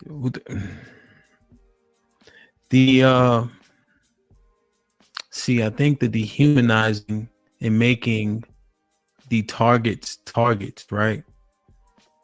Man, that is, man, it has to be constant drilling in back and forth and back. Oh, there's my wife. Yeah, I see her now. She was here earlier too. And then the losing people. That felt to me like that was the biggest impact. Was I off? No. Because you're there to save and protect lives. No matter whose life that is. And in the process of that, that's exactly what you lose. When you have ownership over it, just based on the role that you played, were you putting the onus on yourself maybe heavier than others might? Like, let me just say why, right? In terms of the movies, right? Just the movies. When I see people with different roles, like the gunner on the it was the 50 caliber, right? They seem very responsible for everybody. When I look at the sniper movies, like quite literally, and I don't know if it's sensationalized or not, but you'll have the one Marine running through or something, and the sniper literally has to protect them while he's trying to get from point A to point B. See everything that he doesn't see. There was a movie where the sniper, like, he was getting too much fire, and the Marine or the soldier on the ground was yelling at the sniper, like, "What the hell are you doing up there?" And so I know you mentioned the different weapons that you used. Is that because you feel or felt responsible because of the role you played? No. Your brain housing group is filled with so much other information and processing it, that all of this stuff. So you have time to think about that in a movie, and they have the artistic freedom to paint things to stimulate these thoughts and ideas. When you're there, yeah, I mean, you got a sense of responsibility, but that shit was bred in you back at boot camp. There's ways that team-oriented spirit is bred in you. So you're just operating. Like that's that instinct that we were talking about that's bred into the defensive player. You know what I mean? Like that was taken care of long ago. Yeah. You know what I mean? That's one of the reasons why you have haircut restrictions and uniform standards, so that you all look alike. It's to bring you together.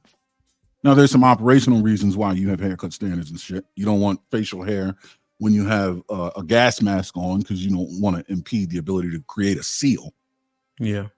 Right. You want your uniform to properly fit, so you're not getting snagged and slowed up on shit when you're trying to fit in tight spaces. Like, there's operational, but there's also esoteric purposes that keep you together. It's that team. So that's an automatic. That ownership that you're talking about, you don't even realize it. That shit hits you when you get home. You're just thinking about distances to target. You're thinking about mission parameters. You're thinking about weapons capabilities. You're thinking about assessing potential threats, actual, confirmed threats, avenues of approach. You're thinking about shit. What's around you? What's around him? What's around your opponent? Playing chess, you're not thinking about responsibility. Yeah, no, I can see that. There because of responsibility. And to take care of that responsibility is to submerge yourself in the mission. Yeah, that makes sense. That makes sense. At a much lower level, right? Sports have a similar effect. You do it, No, not lower. 100%. Sports and combat, it's just recreational combat. It's you against them. And there's a plan and a strategy. There's an offense, there's a defense. Everybody has a position that they play. Everybody's a different kind of weapon. There's a camaraderie. There's a training evolution that has to occur. There's physical constraints that are necessary, and there's physical, you got to overcome. It's the same. It's just one is designed to score points. The other one is designed to waste lives. It's the same. Yeah, no, 100%. I just, I was playing flag football, and those guys are like, "Oh, I do this, that, and third." I'm like, "Boy, if you only knew what this ain't." You know what I'm saying? Yeah, that's true.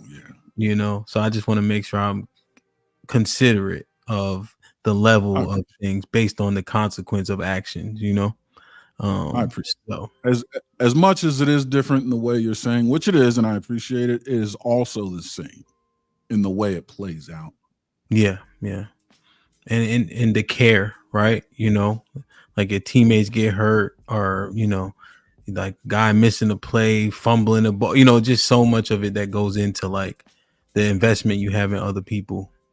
You can break a leg in both combat and sports, and that's one of the worst outcomes in combat and sports you can endure, and one of the least things you want to happen. And that's shared. Just a broken leg is enough to fuck this, and that's in both. Yeah, no, 100%. You remember in was it Any Given Sunday? Not Any Given Sunday. With Boobie, the football movie, Friday Night Lights. Well, he was the man. When he got hurt, it's like everybody got hurt. Like the impact. So, yep. Like, share, subscribe, tell a friend, hit that like button right now if you can. That helps the channel the most. Hey, Aaron, man, I humbly appreciate you. I love you. I appreciate the vulnerability, the transparency, and the candor. This was an opportunity that 260 people got to experience in real time. I'll put the clip out again for sure, right? But it ain't nothing like live. So, and remember we talked about it. We talk about vagina and penises, Full House, right? We talk about a little bit different things, not so much. That's why me and Aaron talked about it. Don't just keep asking us to stop talking about vagina and penises. Don't do it, because y'all love that shit. Yeah. And I gotta thank you. I mean, extend a really profound sentiment of gratitude to you just for offering your platform to let this story be told. And make no mistake, I'm not telling my story. It's not mine. I'm telling the story of those I served with, those before, and those to come. And I'm not telling a story to the audience here. I'm telling a story to the fellow Americans. And you offered your platform, and you curated questions so that task could be accomplished. So to that, individually and on the behalf of all veterans, I say thank you. Yes, sir. Again, This is not my story. It's just my perspective. It's the view down the sight of the rifle as I see it. But the story ain't mine. Shit like that. Fifi with the $5 says, "So sorry, Aaron. Thanks for sharing your story." Lauren Mack with the 50 ball. He says, "Love your big Aaron!" Exclamation point. Thanks for your time, your patience, and your love for others. Shit like that.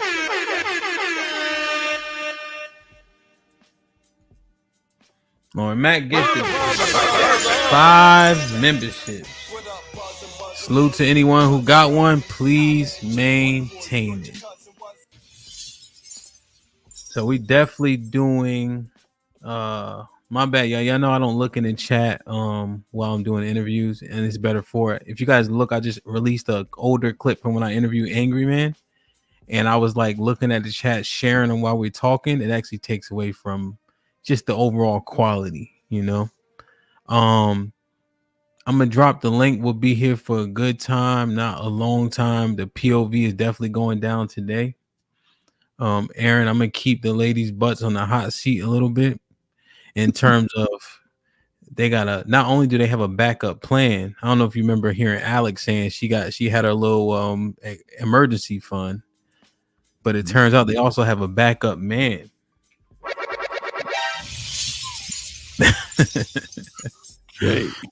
Yeah, so we're gonna see what they talking about. The War Report podcast is Aaron's channel. It is growing at 10BR. You know, we just want to create a conglomerate of great things. That conglomerate only consists of TNBR and the War Report at the moment, but it is what it is, you know, point blank period. Like, it just is what it is. So definitely go like, share, and subscribe. Somebody dropped the live link. Oh, I think Atticus just dropped it, but just drop it periodically. I'm gonna drop the link in the chat. You might want to come up and inquire if there's something that you wanted me to ask. Thank you, Atticus. I'm gonna tell you, if I think, and this is no shade to Aaron, if I don't like your question, then it won't be answered. I'm just gonna be honest about that. You know, so I hope people. I like it, and I appreciate that, and I'm supportive of it. Yeah, 100%. Mm-hmm. But if you want to come up and just ask the things, right? There's things that people wonder about. If you are a vet and you want to maybe expound, remember, I think that's okay, right? Just make sure you do it in good taste. Mm-hmm. Yep. You know? So, yeah, man, interesting. The link is dropped. Hold on, I think that's Jason. Yeah, and Aaron is not afraid of any tough questions, right? We just don't want anything disingenuous or leading down a path we know we shouldn't go, right? So we want to be responsible. Jay Smooth, what's popping? How you doing, Hal?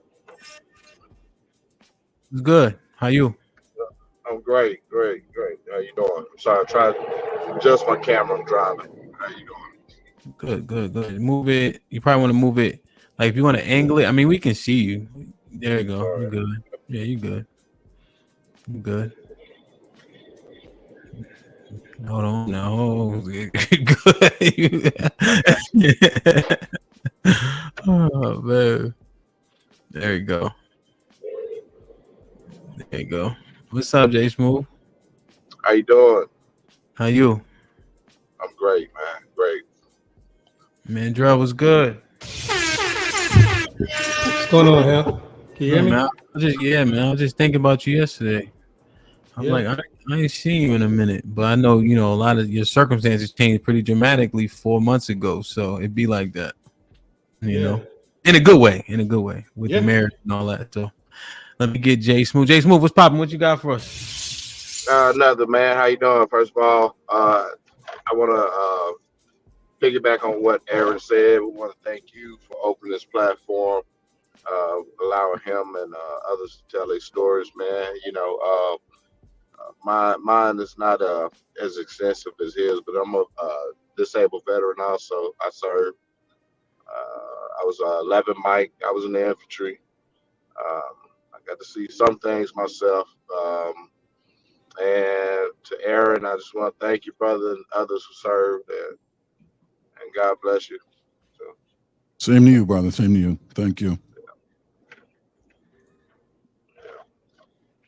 No, just real quick, man. I don't think a lot of people understand the things that a lot of veterans see, man.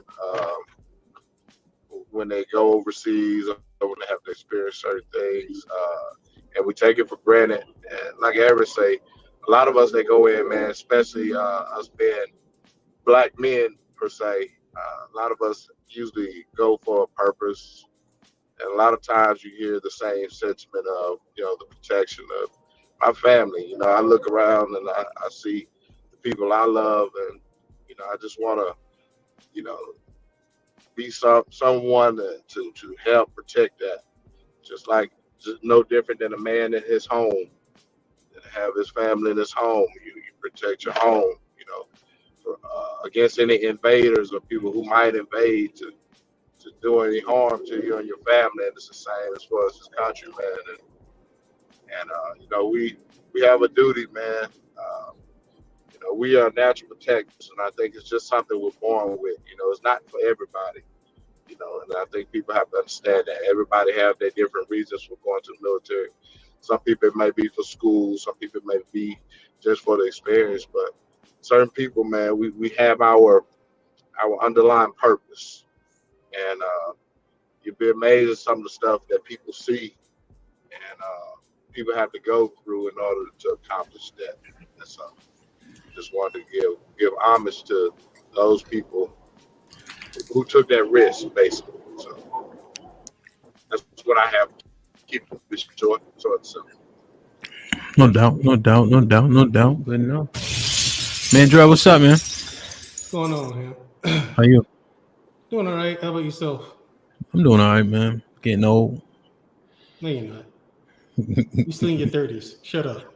Yeah. So, Getting in shape. I don't see it. Anyway. Damn. You know how to keep me humble. That's for damn sure. Was good though. Aaron was touching on, and he didn't even scrape the surface on some of the stuff you and I had a conversation a while back. I think Easy Bands was there too. We were talking about we was on the topic of religion. You said God endorsed wars and stuff like that. And I told you, yeah, I read that in the Old Testament too. But remember I was telling you about things we come back with? And there are things that I live with every single day. I wake up with it. It's with me all day long. Yeah. Until I go to sleep, if I sleep. Yeah. Like Aaron said, I'll be up 3 days. Then I'll go to sleep for 4 hours and wake back up and do the same thing on 4 hours of sleep. Yes, 3 days, 3 more days. You know what I'm saying? But then there are days where I go to sleep 14 hours. Yes, sir. And then Aaron's spot on with it. Sometimes I'll sleep 14 straight hours. Mm-hmm. And you know what I'm saying? But yeah, Aaron, you gave people light work, man. Real light. That's nothing compared to what it really was, Aaron, what years did you serve? 01 to 05. Okay. And then you remember 05, there was a stop loss period. Yeah, I remember that. Right. So take that with but the contract, right, was 01 to 05. It was a 4 year. Gotcha. Yeah, right. I remember the stop loss because everybody who wanted to get out was pissed off. Yeah. Hell, so, but with a 4 year contract starting October 10, 2001, ending in a stop loss period. But so we served in the same. Yeah, so there's overlap between our service time.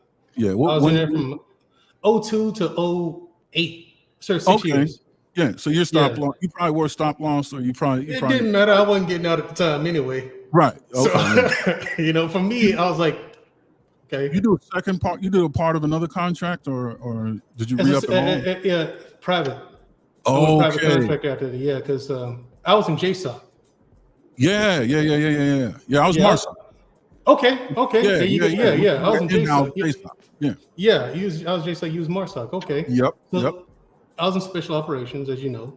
Yeah. Green Berets, and like some of the stuff, like one of the things that get on my nerves, because very little does, is when people say, "You know what you're signing up for."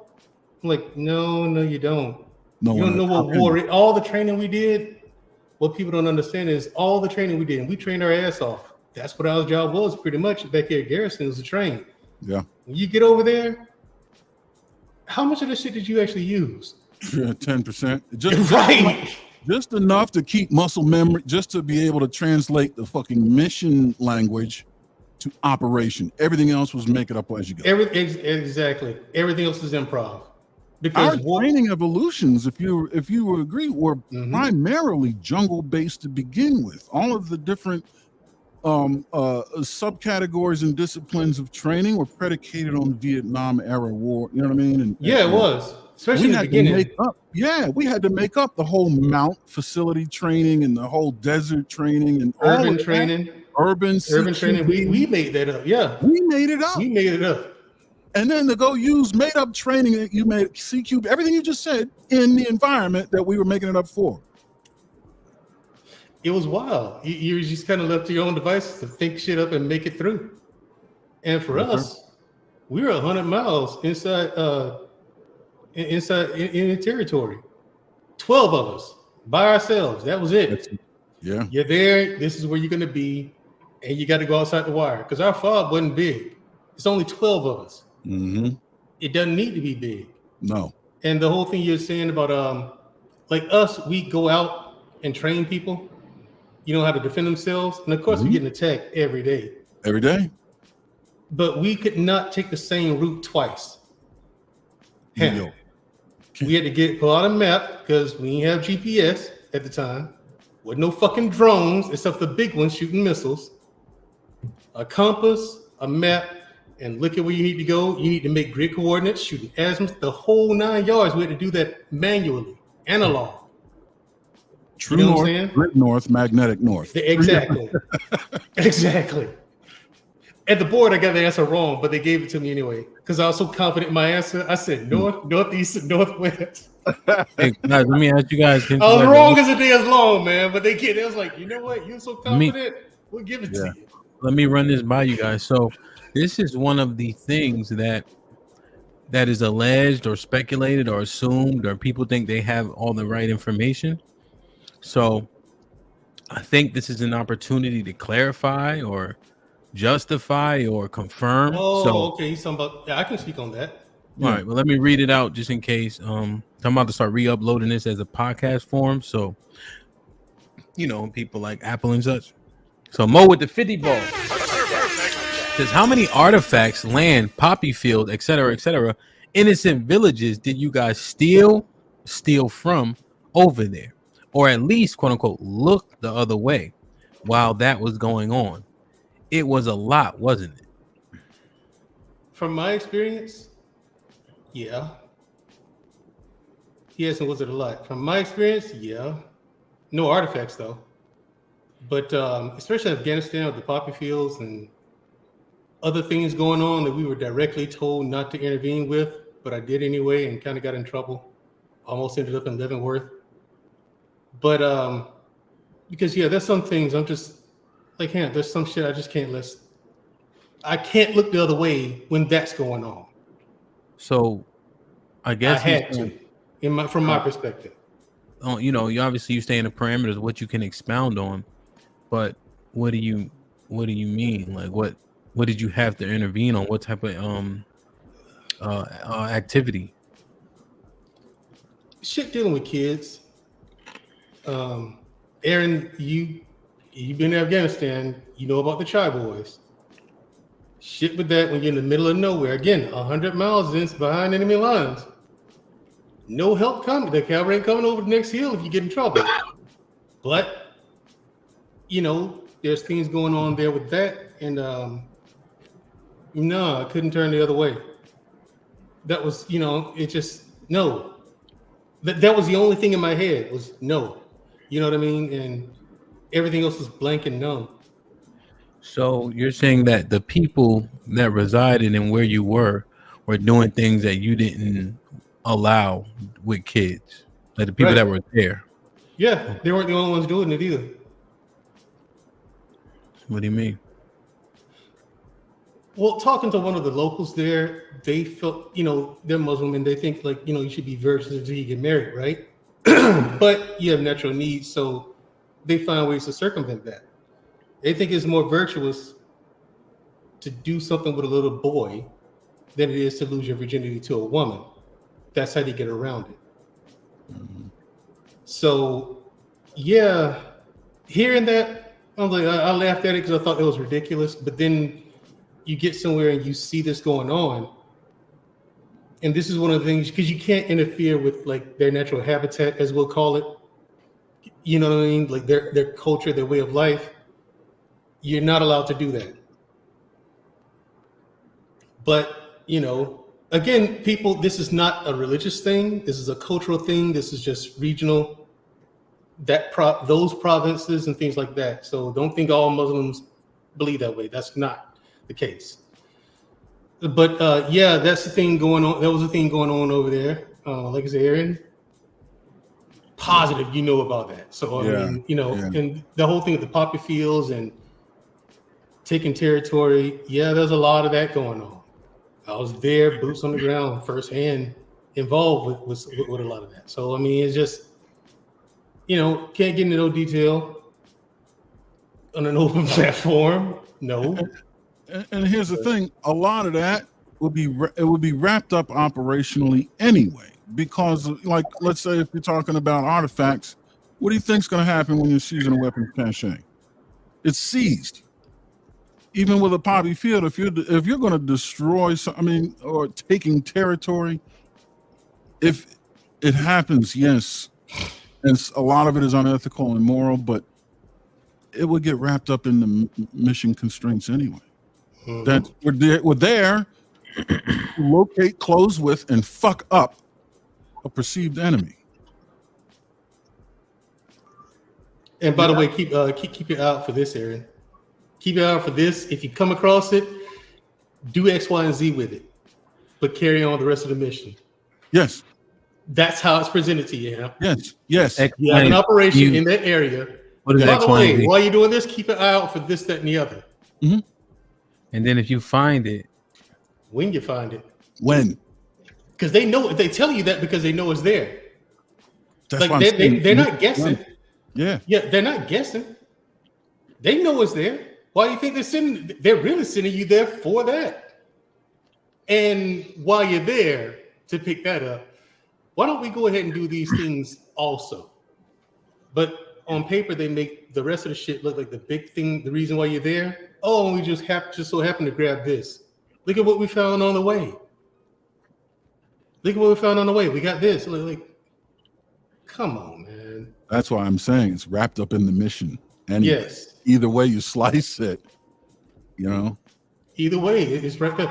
And another thing is about you're talking about. I wanted to comment on body counts, confirmed kills. That's usually more of a sniper thing. You know what I'm saying? We would in the beginning, Aaron, we did count because you're over there, you're excited. You know what I'm saying? We're going, especially me, get some. You know what I'm saying? We're gonna go over there. This is what we're here to do. I finally get to experience war. Blah blah blah. But then you do it, and once you get to a certain number, because I had this conversation with my mom, and she never talked to me about it again. Mm-hmm. She asked me that was the one and only time she's ever asked me about my military experience, period, actually. Mm-hmm. I told her the number I had gotten to. She's like, no, you didn't. I said, yeah. And that's when I stopped counting. I'm glad you said that, because you're right. And it's in the sniper community. People don't understand the lower body counts are in the sniper community because we count. Like, I'm not going to ask Mandrell what his is or what he thinks. Your standard issue grunt body count can be like 12. You can catch 12 in a vehicle. Right. 12 is nothing. You can get 2 or 3 in a vehicle trying to blow your gate. You're not even outside the wire. Am I right, Mandrell? Absolutely. That's 2 or 3 right You can do that on accident, man. He talking about somebody like myself, who was a weapons sergeant. Oh, and we're out there by ourselves. I mean, that body count got up. It was in the double digits. I'll say that. High in the double digits. When it got to the point where I was like, this is ridiculous. Multiple. I was like, there's no point. Yeah, it's like this. I was like, once I got above, well, I ain't gonna say it. But anyway, it got to the point where it's just like, oh man. I was like, fuck. And it was my first deployment too, Hamp. And I was like, you know what? I got a whole lot more to go. There's no point to counting anymore. I see what you're saying. So you're saying double digits. High double digits. Double digits. When I start counting, I was in the high double digits. So it's in the triple. Yeah, majority or minority. Answer that question, and that'll give you definitely in the triple digits. There's no question about it. Yeah. Because I'll tell you off camera or whatever, or you can reach out to me privately if you want to. Yeah. I'll tell you then. But it's like, yeah, man. When I start counting, I was like, all right, I see where this is going. This ain't fun. There's no point. 12 is nothing. Yeah. 12 is a number, like he just said, that for a sniper who joined starting out in logistics, right? Like he went straight to the operator community. I fell into an operations capable community, which does a lot of what he does, looks just like it, but the intended result. And like I said earlier, Mandra, I'm sure you caught this. There's a lot of piloting of new ways of doing business. Well, we talked about it with training. You're making it up. And like there may be a law that says, or a rule that says you have to be an 0311, or you have to go in as a grunt, as your primary MOS to get into the operator community. They may take that off the table because they need someone from another MOS in their ability to go to an operator training facility like sniper school, or you know what I mean? You know what I mean? Just to operate in a capacity that is operations capable. Absolutely. So you might look like an operator, do what operators do, but you may not be an operator, even though you're wearing the beanie and have the beard. Mandrell knows what I'm talking about. Yep. It's nothing for them to snatch, like you're in logistics. If they needed a logistics person, it's nothing for them to come to another unit and just, hey, we need some, you got something for logistics? Yeah, let us grab them for a while. It's nothing for that to happen. Yeah. So they got to create it. Exactly. And it's very specialized. And that's why my number is so acute, but relatively low, because it comes from a very specialized piloted way of doing business. Yep. Yeah, but he's right, 100%. I support 100% what he's saying. That's the way it looks. It's wild. Like, I mean, then you come back. Then the thing you're saying about when we come back, yeah, that's the big thing. What you come back with, and then I have to, and then trying to recreate the adrenaline rush. Like I skydive, I train MMA, Muay Thai, boxing, Brazilian Jiu-Jitsu, and part of it, yeah, it is to chase that adrenaline rush. But there's nothing like it. Yeah. Can't be duplicated. I know you know guys that died on bikes in cars. Absolutely, all the time, doing dumb shit. Closer to 200 miles an hour than 100 Exactly, miles doing dumb shit on an interstate. Yeah. I mean, one guy got in an accident so bad, man, there was really nothing left of his body, not much, because the road rash, as they call it, his body skidding across the ground. It's like, yeah, it was. It gets bad. Yeah, exactly. Yeah. It gets bad, man. I had a aircraft catch me. They didn't really catch me till later on in the day after a shift change, but a cop pulled me over and says, the shift before me, there was an aircraft clocked you doing 181 on 24 in North Carolina. Really? And I was just letting it hang out a little bit. I wasn't even really 181. I found top gear and just let it hang there for a minute. 181. They couldn't get me because it was a shifting. He didn't observe it. Yeah. But had me out for a month. That bike and tag couldn't go over the speed limit for like a month. I think the silliest thing I got pulled over for was I was driving in the middle of the road with the lines. You know what I'm saying? Like it's a 2-lane road, but I'm in the middle because I got used to driving that way. Yeah. Yes. I got so used to driving that way. It just like got over here. Just that's what I was doing. Yeah. Thought nothing of it. In the IEDs camp that Aaron was talking about, Mhm. I don't want nothing to do with them damn things. Told you, yeah. Never did. Those are the worst. Worst. I'd rather be in a gunfight against 100 people by myself than deal with that shit. 100%. I know IEDs, you've seen 7 tons flipped. yes. And you're right about that. We used to catch ordnance all the time, man. Like in car trunks. Yeah. Loaded. Yeah. Loaded. That shit would take out a block. Yeah. Like if you and it's packed with all kind of shit. You know what I'm saying? Like You'd have to people stagger make- convoys quarter mile between vehicles. And Yeah, when you get yeah, an too. ambush, everybody has to catch up, create 360 degrees of security. You know how long it takes to get 20 vehicles with a quarter mile stagger bunched up because they've been ambushed because the middle vehicle was flipped? It's fucked, man. And then you got to know what police I'm the saying? bodies and all that shit and return fire. First of all, you got to determine where the fire coming from. And God help you if you're in some canyon and they're on both sides. RPGs coming downhill? Yes. Whoa. And bullets coming downhill. God help you. That's a long night. Because it's gonna happen at night, because most convoys happen at night. From my experience. No, they have to. Hmm? 60 to 70% of convoys greater than 5 vehicles are going to be at night. Yep. Smaller than 5 vehicles, that's pretty much a motorized patrol. Because most of our operations were at nighttime. Lots. The vast majority of them is going to be at night. Yeah. So Daytime is hearts and minds. Nighttime is actual action. Yep. Man, that shit. Tommy, what's popping, man? I don't know if you caught the whole thing, but I just dropped the link. Aaron and I went one-on-one for about an hour and a half or so. But go ahead, what you got, brother? Yeah, like I went Navy, and a big What reason if why. What's going on? A Go ahead, big Tommy. reason for that was because of,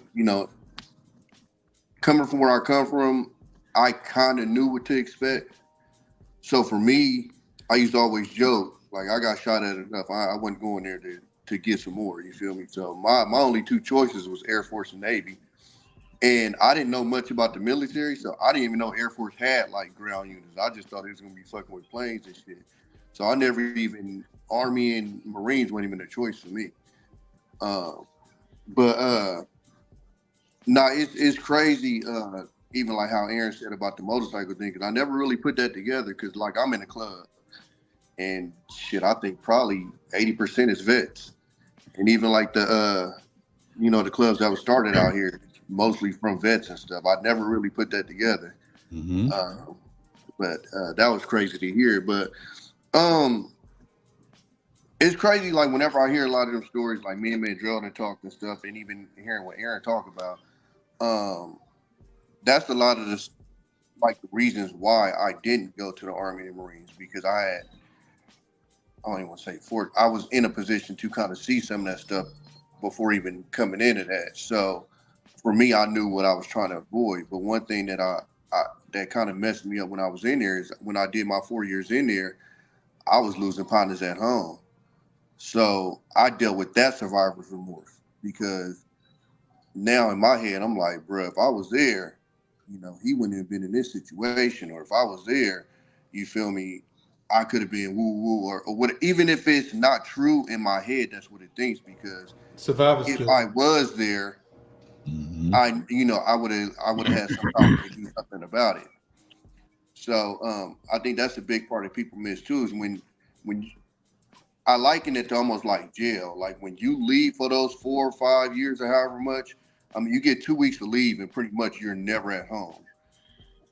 A lot of the times when you come back, your brain is stuck on when you left. You get what I'm saying? Like when I came home, parents got divorced. When I left, they was happy. You feel me? Like my younger brothers was in single digits age, come back, they teenagers smoking weed. Like it was a mind fuck for me, because I'm like, damn. And then not to mention how neighborhoods and changed and shit. This store not here no more. It's crazy how so much can change in 4 or 5 years. of you basically being absent from home, and then you come home and you like it's a whole different world damn near a lot of times. You looking around like everything brand new. Where's my home? That's what people told. That's what people. My cousin told me that. He's like, we're in the car and we're riding. He's like, man, what you looking around like that for? Like, what? You look like you ain't never been here before. Like it looked different. Tommy, you're absolutely right, man. It's like for us, everything here was put on pause. But then when we come back, all the different changes and stuff like that, this shit is weird to us. You know I'm what gonna I tell mean? you what's crazy. I came home and my brothers was teenagers, but when the birthday came up, in my brain, I instantly was thinking about getting toys, because in my brain they was still the same age when I left. It was weird to kind of adjust and kind of catch back up, because like I said, when I left, I came back. My little brothers whooped my ass on Call of Duty. Mind you, he didn't even know what to do with a controller before I left. So I'm like, it was a crazy thing to kind of figure out when you come back or whatever. Yeah, I didn't even think of that, but he's right. It doesn't matter your length of service, purpose, mission. Where it all affects you. None of it is escapable. It's what, and like I forgot about everything Tommy B saying. He's right. I came home and I'm like, this doesn't even feel like home anymore. Like you feel like you lose your perception of home, because what you come home to has changed so much. Like you have to let that go for the rest of your life, where everyone else has been acclimated. They've seen that building get demolition. You know, this block changed because that parking lot was a building, or the other way around. You got to live with that for the rest of your life, seeing your home disappear right before your eyes. Shit like that. And like you said, you didn't even realize the bikes, 80% of veterans, but now that I mention it, right, the chasing the adrenaline rush and maintaining the camaraderie are the two things why those bike clubs, and you didn't even see it coming. It's so much that we even forget about what we hold on to. You can't escape any of it. Hey, gentlemen, I'm gonna have to come back later because where I'm about to go is gonna hurt the quality of the show. But I know you guys are gonna stay on, and I want to talk more about it. So, thank you guys. Yeah, appreciate you too, Jay Smooth. Yeah, I'll be back later. All right. 2 questions for Aaron. What's up? What's up, Aaron? Salute to the service you do for our country. I have questions. Why is it that some people from the Arab American community, they don't agree with the stuff you had to do in the Middle East to protect America? Like, we have Mo in the comment section complaining about you, but he won't come up. Like, I want Mo to come up in the comment sections to debate with you, but what you're doing is some great work. Like, did you know that this was... Yeah. I mean, I don't know that I blame them, right? People in the Arab community, and the only message I have to them is, one, understand my perspective just as though I'm understanding yours. I understand the Arab community's perspective, which is why I say I don't blame them one bit. If I were in those shoes, I don't know that I would think any differently. But in turn, I ask you to understand my perspective and why. Everything we do is all about intent, and you have to understand what we were aware of at the time and what we thought was necessary at the time. And like I said earlier in an interview, one man's terrorist is another man's freedom fighter. If you can understand the philosophy behind that, then you'll understand. Another thing that I said is that we're all the same. We're all brothers, really.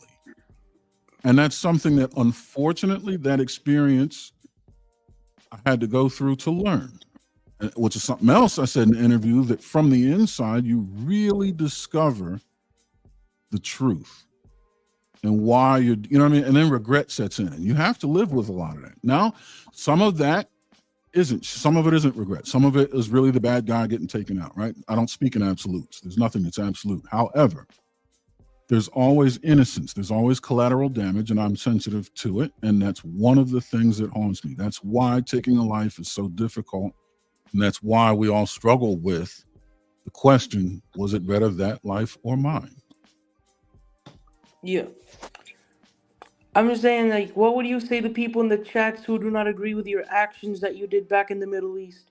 They don't have to. They don't have to agree. They have the freedom to not agree, and that freedom is what I was defending, because there's countries in this world where if you disagree, you die. You'll suffer the same fate of those that you don't agree suffered. And at this point, like I said, I don't disagree with you.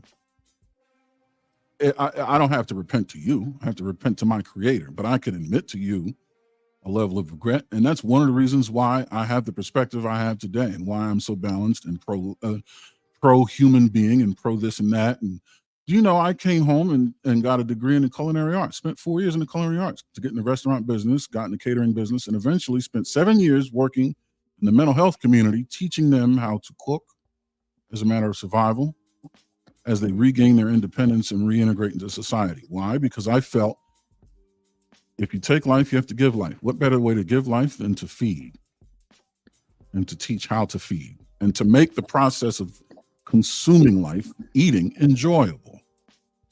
So that's why I did that. And I've alluded to working with the mental health community. That's exactly what I did. 7 years of it.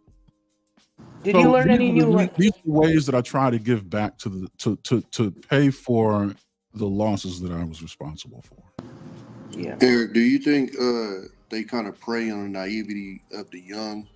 And I say that because I joined 20 turning into 21, and even though that's young, it was a huge difference when I was talking to like those 2 years is when I noticed it's a world of difference between 18 and 20. Because when I was talking to the 18-year-old, hold on, real quick though, because I don't know if Theory's. I want to go down this path also, but I don't know if Theory's line was completely finished. So I think you guys can also chime in to help mine that out as well once Aaron's done, because it's actually a different dynamic, which is interesting. But also, praying. This is a bad term, but I'm gonna use it to be provocative. Preying on young folks' minds, right, to get them in there is something that needs to be mined out as well. I just think that what Theory's asking isn't. I don't know if it's fully done yet. I don't think that. Yeah, the praying part. I'll come. Well, that's what Theory? What was Theory's point ultimately, or I'm not sure. He may not even know what he's asking, but I think that it's pertinent to other people listening. Okay. Like when Aaron, that's an opportunity when Aaron says the point of him being able to express his ideals is probably the reason why I was there in the first place. Mm-hmm. Right, no problem in it. That's why, and I agree with Aaron wholeheartedly on that one. Like when people come at me with the same thing, you over there, like when I was in Africa, you over there killing people that look just like you. And I even said in the chat when you guys were talking about it, I said, color of the skin didn't make a difference for me. And that's just a difference in perspective. You know what I'm saying? For Aaron, you know what I'm saying, he had a different perspective on that. He looked at that differently. Me, I said, no difference. Okay. And I was there for a specific reason. Circumstances put that on me too. You know what I'm saying? It had something to do with my mindset at that time too. Why I was there, what was going on at the time, the whole 9 yards. So you have to include those two as far as like how things affect your perspective on what's going on there. You know what I mean? Like if you're going there and shit's gonna be hostile, and you're probably gonna have to get active, and we did, you're not gonna look at them as if you look at people like on this panel. You know what I'm saying? Maintain OPSEC, but I'm just gonna ask one question. The horn? Yeah. That's it. Good to go. Okay. Understood. Theory, were you? Yeah, my internet was glitching low key. Okay. Yeah. So were you low key? I think that's how. My internet was glitching. Okay. Did you have any other questions down your same line of question before we pivot to what Tommy? Yeah, I had another question. Did Aaron learn any new languages when he was in Afghanistan, like Pashtun, Arabic? Yeah, I mean, learn would suggest that I've kept them. Have I had to utilize some? Yes. We're talking about 20 years ago. I've kept more of some other languages like Japanese, Filipino Tagalog, Haitian Creole. But yeah, have I learned to use some basic introductory languages in those regions? Yeah. Even as far as, let's say, I forget what it's called. Oh, Urdu. Yeah. Which is like, right? You probably know like Pakistan, Hindi, Bengali, right? Which is similar to Hindi. It's close, but not the same. So even like with that, I'm sure you probably understand exactly what I'm saying. Yeah, I do. But if you asked me to have any kind of conversation, I couldn't. If I went back to those areas and were forced to operate alone, could I find food and shelter? I'm sure. There'd be a lot of being kind and nice, and but yeah, I don't remember much other than. But to answer your question, yes. All right, cool. So Tommy, you were saying when you were first recruited, is that the right terminology, or when you went to inquire? I kind of came in different terms. Like I said, I was 20. I didn't know shit about the military. Like, the story of how I got in was, I just say I was involved in stuff I shouldn't have been, and I was kind of ducking off, and I couldn't go to sleep one night and literally watch the Navy infomercial all night because I couldn't go to sleep, and call my pops the next day. He was like, "What you think about me going to the Navy?" And he was just like, "Anything to get you the fuck out of here." And 30 days later, I was in boot camp. Literally what it was. So, but I say that because even with that, like even the infomercial, right? Because even me and Mandrell talked about this. Like they show all of this action, and it's very impressionable on like 18-year-olds. But the military is similar to, I mean, most things, but I take back to like the streets. Like the action is like the least part of what you're going through. It's a lot of Most inaction. of it is boring as shit. Most of it is you're literally just sitting around cracking jokes, talking shit, maybe maintenance on aircraft, weapons, whatever your position is. And that's literally the majority of it.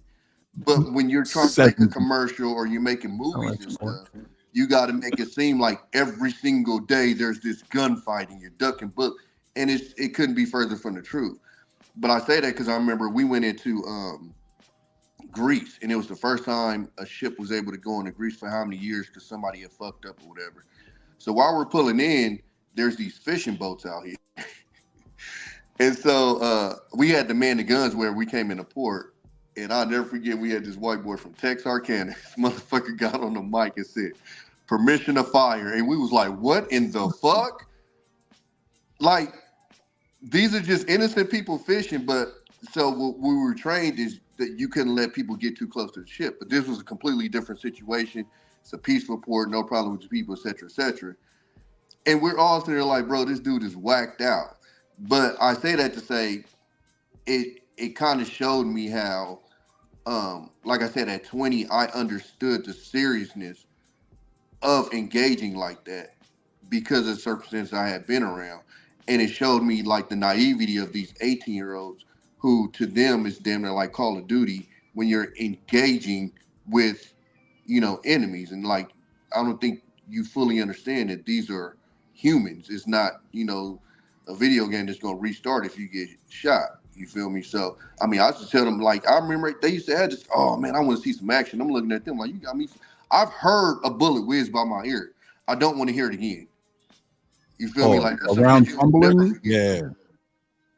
But you can hear, like, these 18-year-olds, oh, man, I just want to see some action. I'm looking at them like, you got me fucked up. Hell no, I don't want to see. And mind you, where I come from, you dealing with guns. We talking like we got followed by a Iraqi warship, and in my head, I don't know what the fuck they about to send us if these motherfuckers engage. Like, you feel me? Like, that's a different kind of fear than I might get shot with a bullet. These motherfuckers might have RPGs. Like, I don't know, this different. You feel me? We went to the embassy in Greece. A week later, they shot an RPG into that motherfucker. Fucked me up. I'm like, hey man, I went to the Navy. I ain't supposed to see this type of shit. You know what I'm saying? But like I said, like you could tell the mindset of these 18-year-olds, they didn't fully understand, like they were saying earlier, like what they were kind of signing up for and what they were and the consequences of the actions that they might have to perform, from what they signed up for. It's that whole thing where it ain't no fun. It's all fun until the rabbit got the gun. It's that whole thing. Like like you said, it's like Tommy just said, like it's final, and the finality of it doesn't hit you until you're in it.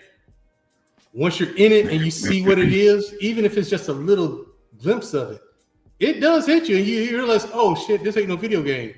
Because like Tommy said, you don't respawn after you get shot. Once you hit, that's it. You know what I'm saying? Once you're done, you're done. That's one and done. That's it. But uphill so that's and what I mean. downhill. That's Uphill and downhill. Getting hit and who you hit. Exactly. It's a wrap. That's it.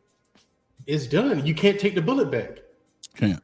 Just like I remember I was sitting on the board and I was asked, have you ever killed a child? I said no. You haven't? No. Sergeant Major asked me 3 more times. Literally. I said, no, Sergeant Major, I hadn't. Well, in this AAR I'm reading here, it says different. Then he read it and I was like, you say you still want to stick that story? I said, roger that. He said, what do you call it? I said, I've never shot a child, but I've shot several soldiers. What's the difference? He asked me, what's the difference? I said, the second someone picks up a weapon, aims it at myself or my comrades to use with lethal force, that's a soldier. The age has no difference. The age doesn't make a difference. And they accepted the answer. So, yeah, that's another thing, Hamp, where the dehumanization of it all, you have to put yourself in that mind state. There's no 2 ways about it. Like Tommy just told you, it's final. You slip up. A bullet from a child is oftentimes more effective than a bullet from an adult because you're not expecting it from a child. So if you look at someone like that and you see a child, uh-oh. But the thing is, you have to live with that after the fact too, though. That's the big part of it. I got to come home with that. I got to wake up with it. I have to reconcile somehow, some way. That's why a lot of soldiers get out, man, and they turn to drugs. I know several guys personally, OD, on heroin. Several of them. These guys get out and they turn into drunks, all kind of shit. It ain't nothing to play with. You know what I'm saying? So I mean, you have to switch your mind, and then the fact that I can switch my sense of morality on and off, depending on the circumstances, even to this day. You know what I'm saying? Like someone trying to hurt my family, something like that. Yeah, switches on.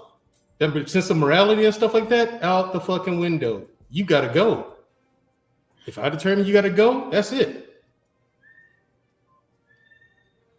Man. Yeah, you remember we had the other episode, Mandrell, when you were talking about your sister. Remember? Yeah. It's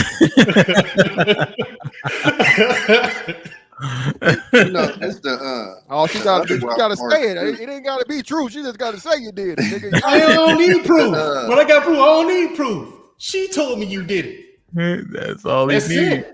The other wild parts too that you don't, because in my head I signed up for the safest part, but I still seen a man's leg get chopped off because the goddamn elevator fell and snapped his leg off. You feel me? Mm-hmm. We still had to deal with people deleting themselves. You feel me? Which where I came from ain't something that I necessarily even really dealt with. You feel me? Like I was used to, if somebody died, it happened a certain way. So for it to happen that way was a whole different kind of mind fuck. Like what the fuck? We lost one helicopter went down.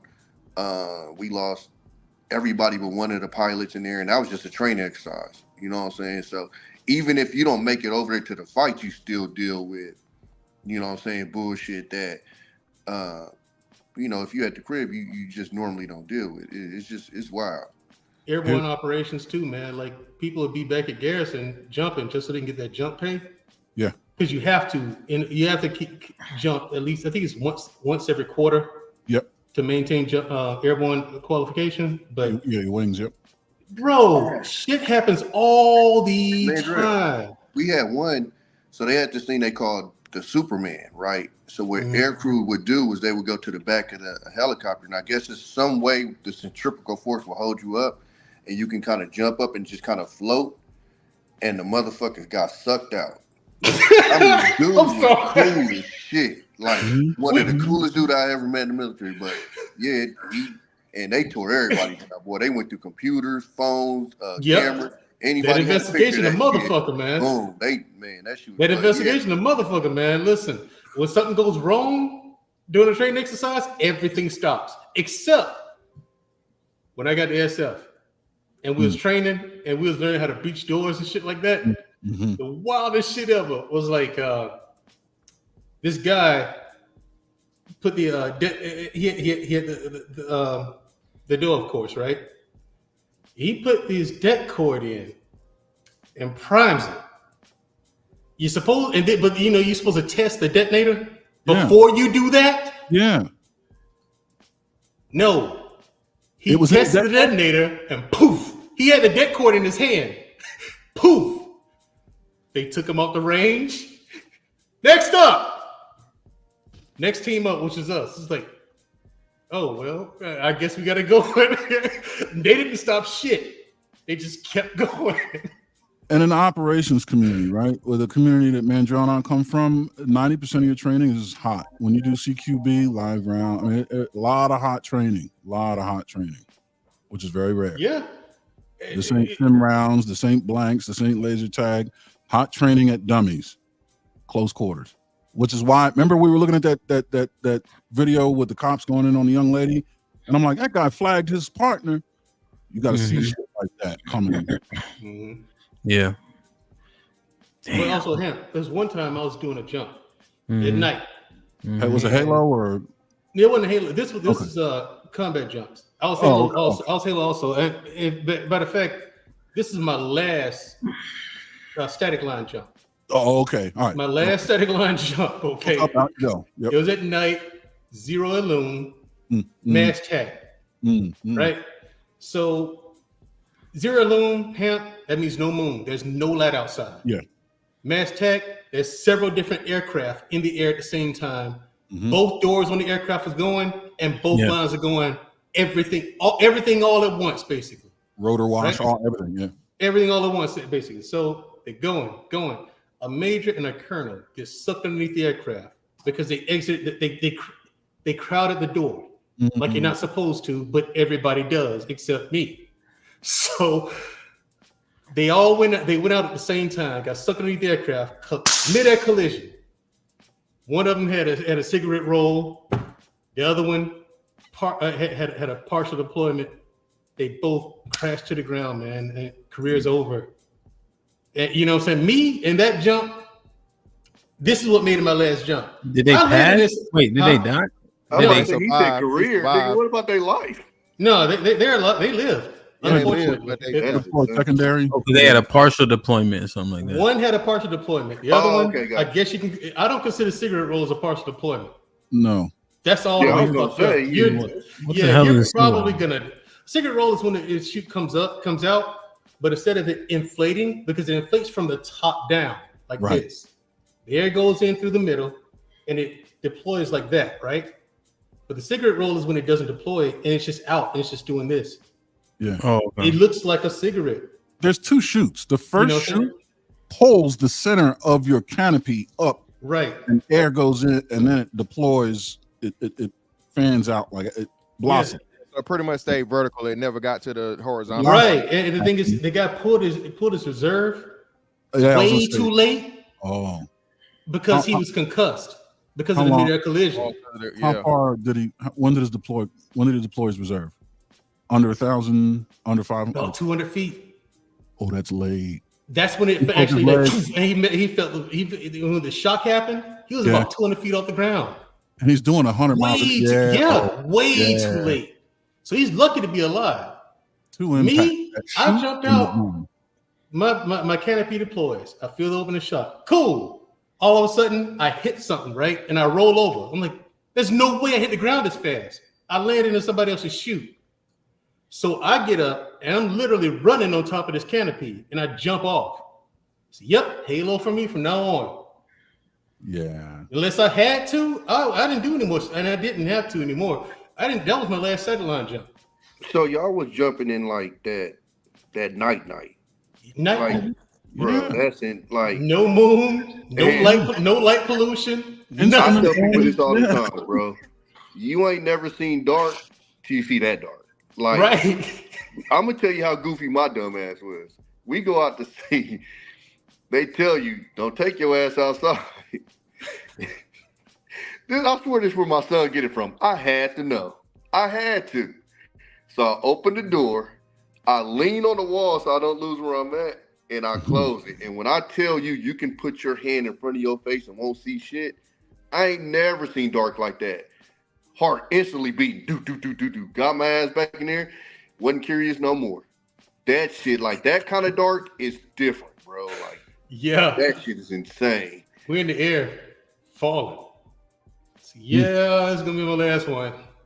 Halo from zero, now on. zero room out in a desert over water, or jungle canopies and zero loom in the air. Like this, you can't see. You need back loom instruments. You need the red. You know what I'm talking about? The red color. Yeah, the red one. Like it's all low light, but you can still read instruments and shit like that. I mean, compasses, watch, altimeter, like everything. You have to go. You're flying, walking, doing everything by instrument. You can't see shit. I mean, or unless you got PVS 17s, all the different, enhancement. Yeah. But if you're going dead eye, iron sight on life. No.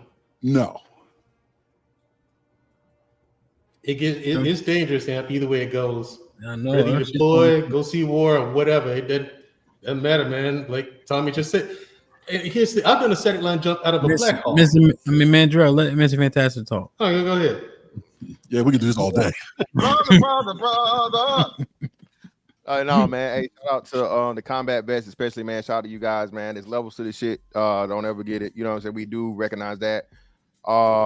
Taking live fire because you sign up for that. They chose that. So appreciate y'all. So I ain't got to do that. Okay, that's why, like Tommy said, my ass chose the Navy. Goddamn. Listen, I wasn't trying to be no SEAL. I wasn't trying to be no SWIC, no special forces, none of that. Listen, I ain't want to get shot at. Okay, if anything, I'm gonna be doing the shooting from the safety of a big ass steel boat. Okay, you feel me? But nah, man, Tommy's definitely right, bro. That darkness at sea, bro. I, for one, bro, if you ain't never been out to the middle of the sea, and shout out to Eric, man. You know, we the Marines taxi cab. You know, you never seen real blue water, bro. Like the ocean, bro, and then to notice, like, bro, it's phenomenal. But then it gets the most aggravating shit in the world because it's nothing but water. But like Tommy said, man, even when you're not in that position, and I'm not saying it's any of the same, the dangers, you think that you're out of danger, but everything they tell you, bro, everything is dangerous, bro. Everything. You're dealing with ordnance, you aircraft launching, hell, even going on a ship. Ain't nothing soft on no ship. Okay. And non-skid ain't never lost a match. Okay. Never ever. All right. So they don't know what that is. We don't know what that is, Mr. Fantastic. Oh, you know the shit he put in truck beds. But it's much thicker. So Yeah, it's like fucking web concrete. So shit can't slide, right? Because you got aircraft, you got 1,000-pound motherfucking shit and equipment. So they want it to be so what I'm saying, the ship moves and it shakes, so it don't want shit to shift, right? It helps in the friction. But yeah, man, I've seen some of the craziest stuff. People jumping off the boat on purpose. My squadron had to actually go rescue a dude that jumped off on purpose at night. Off the flight deck? Yes. Well, no, not the flight deck. He jumped off the smoke pit. So smoke pit. He jumped. Yeah, so he jumped off the smoke pit. Yeah, we had a female jumped off. Yeah, we had 2 pilots crash while we were there. Had to rescue them. I seen an aircraft catch on fire. Had to put the fire out. My last command I can talk about now because they did it. So when we got out, it was a real bad storm, and they told them to go be a bad storm, but for whatever reason they thought they could navigate through it. Lost the aircraft, tore one of the damn rotors off of our aircraft, injured a sailor. Man, just crazy shit, man. So like you said, the dangers of this in military service, bro. People don't know because they don't do it. And to the point Tommy was talking about the targeting of the young people. Yeah, they target the young people, man, because they need you when you're impressionable and you're easier to indoctrinate. The best thing I ever did was take that year off for myself you know what I'm saying, have my own mind and be a little adult or whatever. Because you're a kid, bro, and I see it every time. Those 18 years, you know, fresh out of high school, you ain't never did none on your own. You never be independent. You know what I'm saying? You pretty much make the military your surrogate parent, right? And they purposely do it that way. But at the same time, it's extremely, extremely important because you must have men that are willing to put their lives on the line and make the ultimate sacrifice for your nation to remain dominant. I don't think people understand that. And to a lot of people that quote unquote hate the military because, you know, they go to these brown countries and they do this, that, listen, bro, if they could do it to us, they would. That's another. Might is right. Is the reason why you've always had military since the beginning of civilizations, because you have to be able to protect your own from people that can come take your shit. Okay. And you're lucky enough, you're blessed enough, you're whatever, fortunate, whatever you want to call it, enough to be backed by and protected by the most powerful fucking military on the planet, beyond a shadow of a doubt. Now motherfuckers catching up, you know what I'm saying, and it ain't by, you know, we ain't gonna get into that. We're gonna turn it into no 10-4 Tuesdays. But yeah, man, I don't think people understand just the sacrifice, being away from your family, the mental health aspect of it, a lot of stuff, bro. Like you said, man, just like the world literally passing you by. Have work two motherfucking laws you gotta abide by. I gotta abide by the motherfucking civilian when then at UCMJ, and that UCMJ a motherfucker, because the motherfucker just say hit you with that Article 92 and that's anything. So UCMJ is the Uniform Code of Military Justice. It is a secondary law set that we must live by, along with living by all the laws of the land that civilians do. It's just as, and in many cases, more intense, more complex, more punitive, and you have to be aware of more of it. So much so to where your haircut regulations now come into play. But that's what the UCMJ is. Go ahead. Because you break UCMJ all the time and don't know. You don't even know it. You get a tattoo. Know. You deface government property. Yeah, but and I know what you're saying. Somebody higher ranking than you to have a bad day or whatever and want to, you know what I'm saying, use the shit, but they did the right because it's in black and white. So yeah, man, just all of those things, the whole military lifestyle, bro. People don't, and again, listen, at the same time, we're human beings. I'm not saying I don't do the thing like, you know, military or these super duper heroes and all this other shit. It's pieces of shit in the military too. Okay, I've seen it all, and not just enlisted people. The fucking bro, it was a commander, which would have been the CO for one of the squadrons. He got shipped off the ship because he was fucking one of his sailors. Okay, that happens all the time. Yeah, sure. so that's normal. So fraternization. Yeah. So and then you know, it's people like you got. I told you it was another. Hey, it was a real life motherfucking Nino Brown on the ship I was on. All right, nigga had the fucking Shitty Hawk. Boy, it was going down on that motherfucker. Boy, they had prostitution, drug smuggling, nigga. That shit was the hood. You were on the Hawk? Hell no, I had homeboys that came from the Hawk. Fuck no, I wasn't on the Hawk. You was on the Hawk? What was you? No. But they both heard about it.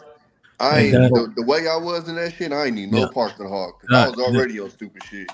Guys, y'all be forgetting that it's 275 people in here and 260 of them ain't been in the military.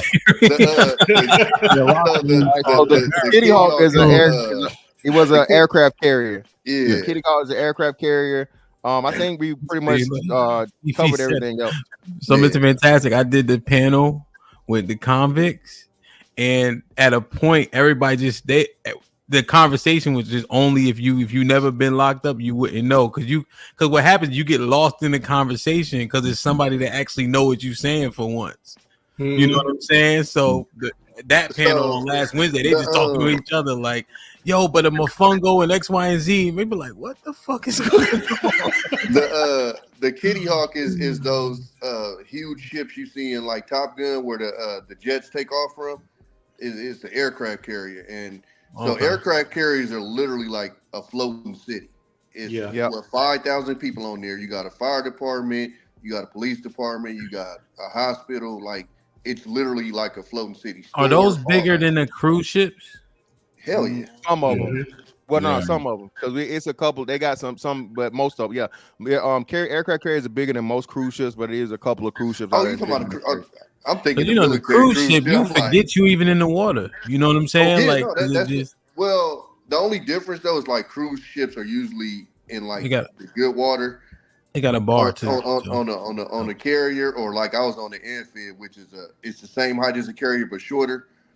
When you hit that rough sea, boy, you know you on a ship. When you see sky, water, Oh, yeah. and you walking sideways for 2 weeks, that shit is different. It depends on the class. So my best friend Jesse, right, from my channel, he was on the USS Nassau. Y'all probably heard of it. That's my sister ship. I was on the Deuce. Oh, okay, Yeah, right. the Now, side name. so you know the Nassau is kind of small. It's like, what's that, LHJ or LF6F or something? It's shorter than the carrier, but it's the same height. So Yeah, the carrier right. carries Exactly. 5,000, we carry 3,000. Hold on, let me answer this real Right. quick, y'all. So yeah, with Shicey, that's Aaron on the thumbnail. Did y'all see? Hold on, let me show them.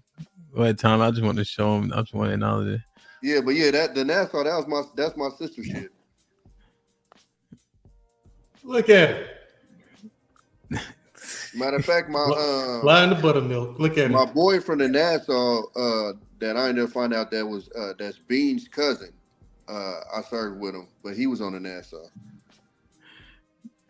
Yeah, you got everybody looking like yo, Aaron. It's like is that really the size of everybody? Or did you shrink everybody else down for the pic? That's their size. Aaron, biggest. Hey, yeah. You see my military pictures, we chilling. And look at this barbecue we had. We had it too, man. And listen, I'll tell you one thing my dad told me him. Hold on. Impress, relax. Jesus Christ, man. Go ahead, Mandrell. Sorry. He told me one thing that was absolutely true. He said, son, listen, there's two things that GI gonna do. He gonna drink and he gonna screw. Okay? He said the worst thing, as my dad said, he said he could be on the moon. GI could be on the moon with nothing else around him, but I guarantee you he will find some way, somehow to find something to drink, find something to screw. He will make his alcohol if he has to. God damn it, if he wanted it right. Yeah, we stayed drunk. You know what I'm saying? So Tommy and these guys, Tommy and Mr. Fantastic was in the Navy. I know. Listen, hey, I thought I was a drinker.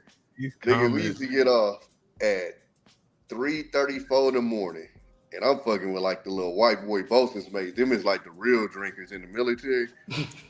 Man, when I tell you, dog, I lived on the 3rd floor. I crawled every stair of that motherfucking thing to get to my room, dog. Different, dog. We went to when we went overseas to Europe. We had got some when we did our little re-up on our food. They got some Danishes from like France, and they didn't know that at this spot they soaked the Danishes in like some kind of an alcohol. When I tell you, when that shit got around the ship, that shit lasted about a day and a half. All that shit was gone. I'm talking about the whole supply. I'm telling you. And then here's the third thing, Hamp. Because Tommy and I talked, and it was like there's a big romanticization of the American warfighter. Mm-hmm. But the worst thing you can do is let us get bored. Yeah, that's the worst mistake. That's why they kept giving us bullshit things to do. Like if you're in the regular army or regular military, you have to give them bullshit busy work. Because if you don't, you let them sit around. Permission to fire. Right. Hell. They're gonna do clean. Stupid shit. They're gonna do when it's clean, you're gonna make it cleaner. And then when it's cleaner, you're gonna make it cleaner than that. Like that shit. Because here's the stuff we used to do. Just because we was bored, we'd either work out or go to the range. Then these dummies got to where they're throwing flashbangs at each other, like water balloons. Oh yeah. We're throwing flashbangs at each other like water balloons. Yeah, just dumb shit. They do dumb shit. But I will tell you. You said we, so you were throwing flashbangs. Yeah, I got into it. Yeah, I did. I wanted to see what this shit was about. Well, let me see. No flashbang. Rick with the follow says, salute to the vets currently in the USM. PS1. 14 years down, 6 to go. I'm ready for that retired life. Mo with the 50 ball. He said, ask Mr. Fantastic for me. How many racial slurs does he know for the different races? I know his, I cannot say in that word. Taught him well.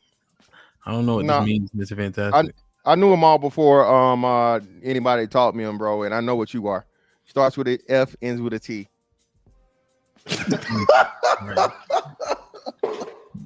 Mo, it's gonna be hard to fight from the chat. That's a hard fight. That's a hard fight.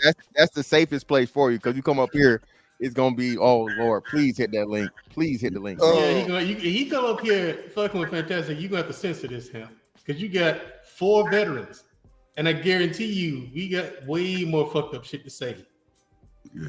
You know what I'm saying? That he ain't never heard of. War vets that know what it is. Yeah. Yeah. That's why, you know what, Ham? That's why, like most of the people I know, we laugh when they had that one situation where somebody talks. Well, they made a joke about the senator that lost his eye in war, and they were like, "Oh my God, how could you do that?" And I'm sitting there looking like, bro, he probably got roasted like a motherfucker was in service about that. Like that's all the fuck we do. Like the fuck. I want to to show you something. What you said about don't let us get bored. So what we would do a lot of times is lift weights. I'm gonna try and share the screen. This is what I looked like when I got out. Let me share that one. I don't know. It's small because it's from my Facebook. Do you have a Mac? No, it's a. Is there a way to zoom in on the PC? I don't know. Yeah, here, let me find a better. Hold on, I'll find. Apple products suck, by the way. Huh? But if he hit the 3 buttons, he can hit the three buttons in the top right corner and magnify your screen, zoom in. All right, hold on. So if I hit, okay. Yeah, the 3 buttons right next to your thing, and then just zoom it up to like there we go. Aaron out here. What's got in your head, Aaron? What's in your head, Aaron? 40 ounces of the world's worst. I heard that. I told you. Mickey's or some shit. Yeah. I told you. George is gonna drink, man. Yeah. Joe's gonna drink, man. I need calories, man. I need an empty calories. You did it on purpose.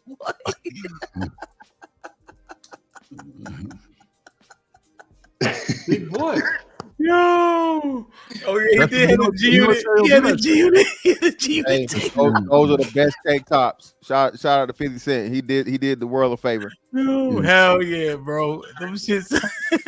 And he got a 40. Aaron is, how tall are you, Aaron? 6'5"?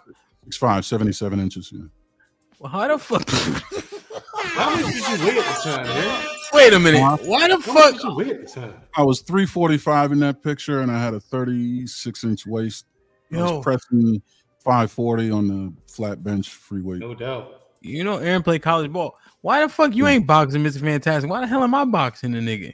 No, fuck no. A fantastic thing is going to be easy work. You're fat. Wow, shit like that. I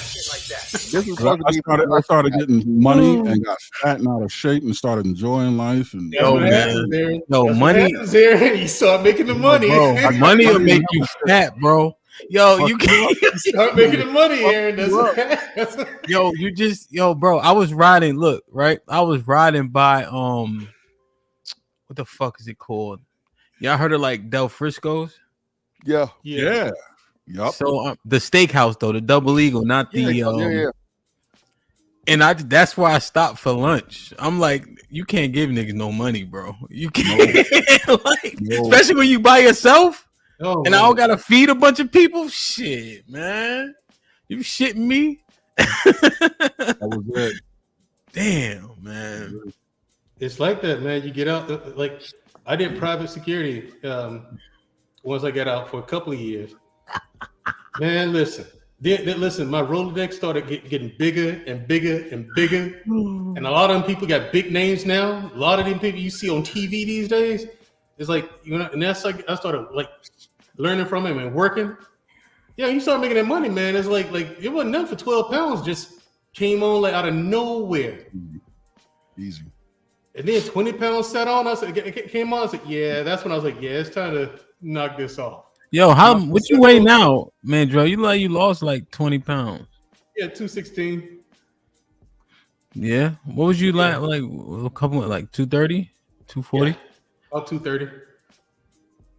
Yeah, a couple months ago. Yeah. Damn. Yeah, I was gonna say here. What are you about 280? Damn. That wasn't getting that ring huffing and fucking puffing. And Fantastic gonna be wearing it on your neck. This might be risky.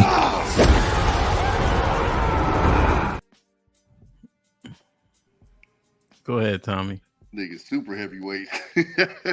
Nah, yo, Aaron, they won't stop, Aaron. They won't stop. When I see they you know what? It's humbling. I mean, I appreciate. I'm old and you know, and for my wife only, but I do appreciate it. It's humbling, and you ladies have good taste, but I appreciate it. He always throw a little something in there, like where the humble just get pushed out the way for a split second, man. Go ahead, Tommy. No, so it's the conversation I usually have with people, like when these athletes get in trouble, and I always kind of liken it to the military because I'm like, you know, they're the same age as we are, they just got money, and I tell them, you know, if you saw the shit that never hits the news that dudes the same age in the military did, you might kind of look at them a little bit different. You know what I'm saying? Because it's way different that we seen. Way different, bro. And I'm talking like major shit that happened overseas that ain't never hit a news channel ever. Yeah. You know, and you know, because it's the military and this, that, and other, they don't judge it the same. But it gave me a lot more grace when I see these, you know, young athletes or whatever, and they get in that kind of trouble or whatever, because it's like, I think a lot of times we forget that age. And because that's time stamped in my head, that period of time, it literally coincides with how old these athletes usually are. So it kind of gives me a lot more grace for these athletes when they get in trouble and stuff. Yeah. You know when you playing like even with the athletes, right? Even when you playing like football, even mid like D2 or whatever the case is, you know, when you travel, you don't pay for nothing, right? Mm-hmm. Depending on how far you go, you get a stipend, like you get like a per diem, I guess is probably the better example. And then we all get refund checks if you getting money. Like, so and then on a college campus, that $4,000 or $5,000 refund check, you living like a kingpin in that motherfucker. You know what I'm saying? So yeah, it's a lot, and that shit go to your head. Don't fuck around and make the poster when you riding down the street and you on the bill. Don't be on the billboard, nigga. Don't be on the billboard. Dorms you live in, you don't start in the projects, the high rises where there's 2-3 to 1 room and a bathroom on the floor. No, you in the apartments. You in with the upperclassmen, the suites. You know what I mean? If there's a better living facility, you start. You could be red shirt and ensuite bathroom to your room. Like you got University of Maryland as an example. That's where I went. Yeah, the cafeteria. The only people that eat in this cafeteria that's above the field is the football team. That's their cafeteria, period. Like, so you just double that with millions of dollars. You bring know, that to you, serve you. You ain't gotta put your plate. And the menu is all. Yeah, whatever dietary restrictions you have, that's what you get. You know what I'm saying? Like that shit is. So yeah, to Tommy's point, now you just magnify that. Even like like you said, like I give you a story, like with the spending habits, like, oh, you living above your means. I never forget one of my best friends. This nigga's like, I'm about to go to the car lot, see what I can get. So word to the wise, Virginia is the jankiest place on earth to buy a car. Like, especially if you're in the military, they will. I don't know if they changed the laws now, but I done heard some APRs out there that I didn't even know could even possibly be legal. 30, 40, 50. Yeah. So the homie go to the car lot. Nigga came back and said, mind you, we like E1s. Bruh, they just said I could get an Escalade. I just looked at this nigga like, first of all, we single. We ain't got nan kid. The fuck you need that truck for? Second of all, an Escalade and you an E1? Now, when I got in the military as an E1, we made $800 a month. That's what the fuck we made. And this nigga came back talking about getting an Escalade. They literally have people in the military that got to sleep in their car because they fucking car notice so high. Oh, yeah. One of my mans was like that. He drove his car from California to DC, and then that bitch got repoed. I said, that was a lot of driving for nothing, Playboy. You know? But people think their money ain't going to run out ever. Like, ever. You know what I'm saying? Man, so much shit be happening, man. Damn. All right, man. Look, I ain't staying here all day with y'all today, man. Yeah, I just about to say I'm about to hit out here. Coming back at 8 p.m. strong, man. We got we got some new faces, and then the faces that you haven't seen in a while will also be in the building, man. The ladies is geared up, you know. Some of them been on a hiatus, so it should be a good one. And this was actually presented by one of the ladies. You know how they got that backup plan? You know, they got that money in that account that their husband or man don't know about. They said they got a backup man too. Brother. That's where the backup money comes from the backup. It ain't coming from them. Well, we gonna find out. We gonna find out. Saving money. We gonna find out today, man. I'm going hard at their ass too today. Look at Luck. Hush, Luck. Luck's talking about always. There's some crazy shit. This is shit we be dealing with, Mr. Fantastic. Brother. Hey, why? That's why I told y'all I ain't going back. I'm staying free. I already know the game, baby. I know how they play it. I might be the other nigga. Just saying, it might be. God damn. They said, look at Kim folks about they telling they pit. Yeah, it's coming out tonight for sure.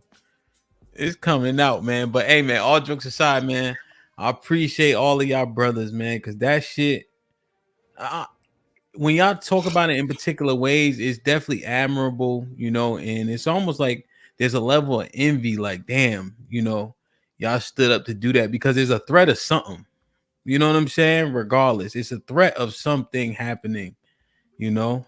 So, and that's just not something that the majority of us faced, you know? And I'll argue our military is so strong because brothers like y'all actually volunteer to do that, you know? When we always talk about niggas got a low level of threat, maybe, but joining that, definitely, you know? So that's real shit, man. Aaron, I appreciate the transparency. I hope that was highly informative for everybody. Y'all three, also Jay Smooth, thanks for coming up and just adding more context, you know. I definitely learned something for sure. And like you said, that shit ain't easy. There's a lot of hurry up and wait and boredom, man. Is, you know what I mean? Idle mind is a devil's workshop for sure. So appreciate y'all expounding on that. The sleepless nights and etc. Whenever I have those, because whatever PTSD I have, I'm gonna reflect and say, well, shit, my brother Aaron got it worse. My brother Mandrell got it worse, etc. So I could take my $5 ass to sleep. You know what I'm saying? So real shit, man. Mr. Fantastic, let Mr. Fantastic go last, because every time the nigga go first, he just log off. He don't wait for nobody else to get a final thought. None of that shit. I'm lying. Oh, I'm lying. Hey man, I'm be making room for somebody else at the buzzer. You know. Oh man, Mandrell, any final thoughts? Yeah, I know you guys hearing these stories, but if some of you are against the military, don't be. It's not a bad option. There are a lot of it's just like anything else. If you first of all find out what benefits there are to it, especially when you get out. And while you're in, take advantage of it when you're in there. Sign up for something that would translate or develop a skill for you to use on the outside, like IT or something. You know what I'm saying? Use it for all it's worth, because they're damn sure going to use you. They'll take the best years of your life and run you ragged because you let them.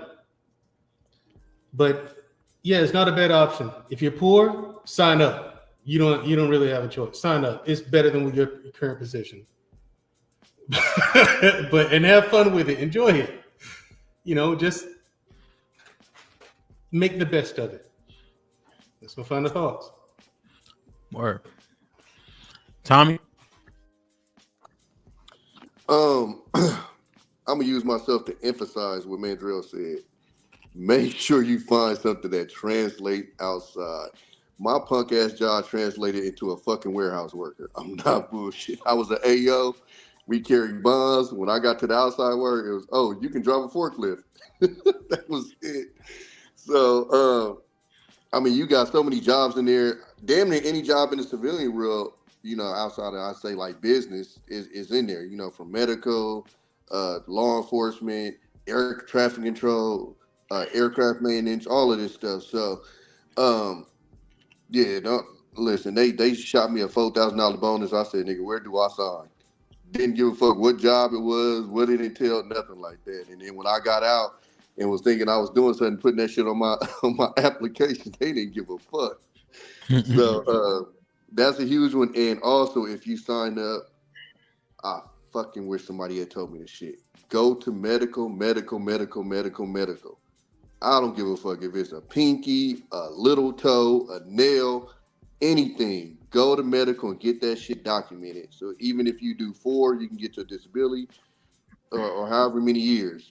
Go to medical. Nobody told me that. I got injured in there and stuff, so I had stuff in there. But I definitely would have been in there a lot more if I knew that. So yeah, if you sign up, medical, anything, a cough, anything, go to medical.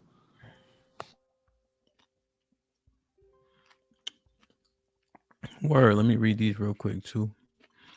I think people need to take heed to that advice. Missy with the $10 super stick, appreciate you. Salute to Dario, man. It seemed like you wasn't as busy at work today. You was in the chat a little bit more, man. Salute. And then we had my brother Ron with the 20 ball. He says, great show, gentlemen. Camilla Scott King. Gee, what the fuck? Man, niggas be having anything up here, boy. Mo with the 10 says, did I read this one already? Go ahead, Mr. No, it's a different one. You want to read it? Sure. Fantastic. The type to change his personality after high school, lame his whole life, statistically literate fool. You reading this, fantastic, brother. I don't know why you are obsessed with me, bro. This is weird. I've been ignoring you for months, dog, and you got this horribly lined up facial hair. We know what's behind the motherfucking the rest of you hiding your face for a reason, nigga. You ain't in the military no more, so you ain't got no excuse, brother. I like women. Get off my, please. Thank you. Lou on the door with the fellow says, I love hearing conversations like this. Y'all military dudes are different. I didn't join because I messed up my body playing college football. Thanos with the 10 ounces. Why don't they get upset about the modern day slavery going on in those quote unquote brown countries? Literally going on throughout the Middle East and Africa to this day. Rick Smith with the $5 says, salute to. Did I read this one? Yeah, I read it. Salute, Rick. Lauren with the $6 says, Aaron, put it in the Discord. Yeah, I was looking through the Discord today. There was a lot of soft porn happening in the Discord today, goddamn it. All right, all them bathing suit pics and all that. Don't get timed out, nigga. You gotta pour some water in the chat, boy. It's thirsty out here. Yeah, I'm trying to tell you. I'm looking at Discord today. They got bathing suits. I said, "Where the fuck am I at?" I tuned into Cinemax at 2 a.m. I said, "What the fuck is happening?" Oh my goodness. Bobby Seal, what's up with it too? I said, salute to you, hand panel in chat. Salute, my brother. I said, I gotta monitor this shit more, boy. They must have thought I was asleep. Bravo Tech. Bravo Tech with a 50 ball says, Hemp, could you ask their outlook on the draft and if they think we need to reenact it? We need it reenacted. Thank you for your service, gentlemen. Let's before Mr. Fantastic and Aaron get their final thoughts. Y'all want to answer this quickly? Yeah, quick Yeah, quick 50, answer. $50 is worth an answer. Yeah. No, they don't need to reenact the draft. You got more than enough volunteers, and how they don't really prey on young people because they don't have to. That's why that's why you have classes. They keep people perpetually poor because a lot of people are going to see the military as a way out. That's why a lot of people join. A way out of environments like Tommy grew up in, or if you grew up dirt poor, you join the military, you know what I'm saying? And that's a way out of poverty, but you're still poor. You know, it's a steady paycheck, 3 hots and a cot. But do they need to reinstate it? No, it ain't that bad. You know, keep it voluntary. That brings a certain level of nobility to it, to your service. Yeah. 2 cents. To quote Sticky Fingers, he took the words right out my mouth because he's walked a mile in my shoes. I have nothing more to add to Mandrill. No, we don't need it. We have the patriotism and the military might to take care of itself already. Yeah, I was gonna say it's bad enough for the motherfuckers that actually volunteer. Because listen, I went to boot camp in 2003. There's some sorry ass Americans out here. That's all I'm gonna say. So to force more in, is you're just gonna water shit down. I'm gonna just be honest with you. Mr. Fantastic, you want to respond to that? Yeah, definitely doesn't need to be reenacted because they tried to. It wouldn't be enough people fit for it to even work. If they had a draft today, it would fail. It's too many people out of shape. It's too many people that are anti-American, anti-nationalism. So yeah, I don't foresee that happening unless we literally have something happen hot over here. That's the only way I see that ever coming back. Yeah. I think that's a solid answer. Perfect. I tend to agree with what you guys said, 100%. Mr. Fantastic, any final thought? Yeah, man. Hey, again, shout out to all the vets, man, combat vets, service, even the Coast Guard, man. Let's not forget about them, even though y'all Homeland Security now. But yeah, man, like Tommy was saying, my advice to you, if you wanted to join the military, talk to somebody, bro. Talk to us. Don't talk to no damn recruiter. All right, 3 people gonna always fuck you over. All right, recruiters, strippers, and car salesmen. They all go to the same goddamn training. Okay, yeah. You are not go. You don't know better than them. You not go win. So please talk to somebody that's not a fucking recruiter, bro. Tattoo shop. Yeah, man. All right, and you know what I'm saying. Get the info if you need it, bro. The military is always gonna be around. I'm retired, bro, and a lot of brothers up here, I imagine, those benefits post, even if you don't get disabled benefits, but definitely, you hurt something. We'll just say that. And again, that's why you talked to one of us. Appreciate your help, man. This was a great conversation, man. Shout out to Aaron, brother, for being transparent. And I know, hey, man, digging up some of that trauma, but hey, like you say, bro, hey, we move on, right? We power forward. So shout out to you, brother. Yes, sir. Yeah, no, real shit, man. Yeah, man, I was just thinking, like, damn, this would be interesting, I saw one guy have an interview a few months back, and then from our conversation last week, I'm like, yeah, let's dive into this a bit, and I think this type of stuff is necessary. It exposes the hypocrisy a bit. All y'all do is talk about dick and pussy conversations, but when we don't, right, it actually reflects that's most entertaining. However, these type of conversations are invaluable, so we continue to get it popping for sure. I think when people watch this back, just clicking through on a Saturday, I think they'll be absolutely enamored with the conversation and the information that came out, so 100%, man. Damn, I think I got all the super. So tonight, I dropped the link. Turn your notification bells. 8 p.m. Central, 9 p.m. Eastern. The women's POV is in full effect for sure. They got a backup plan and a backup man, apparently. So I'm on their head tonight, man. Mr. Fantastic, you gonna be around? I might need some help. I'm going full throttle. Man, I can pull up, man. You know what I'm saying? To see to let you know if they're telling the truth or not. See, I would ask Tommy, but he gonna be nice to him. And then the thing about it is they might be right, but I ain't gonna admit it while the show going on. Tommy gonna tell them they right. You know what I mean? My man may not have played a position or two in my time. Jesus Christ. Shit like that. I love y'all. Appreciate y'all. Be safe and do the right thing, man. We will see y'all at 8 p.m. Central, 9 p.m. Eastern for the women's POV. All your favorites will be there along with some dope new faces as well, man. Final thought? Uh-huh. I get a final thought. Oh, shit. Wow. Get him out of here. Bam. It's like I did your final thought for you. Aaron, any final thoughts? Jesus Christ. One quick one. Gentlemen, from the bottom of my heart, thank you for your service.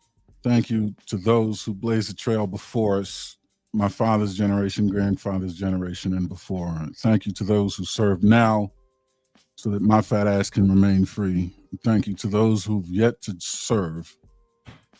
Do well, carry the torch. You gentlemen on the panel, in one way or another, I'm sure are directly responsible for me continuing to live life. So thank you. Thank you to everybody in the chat. Thank you to all the civilians for your support, whether you like us or not. And most of all, to the United States Marine Corps. Semper Fi!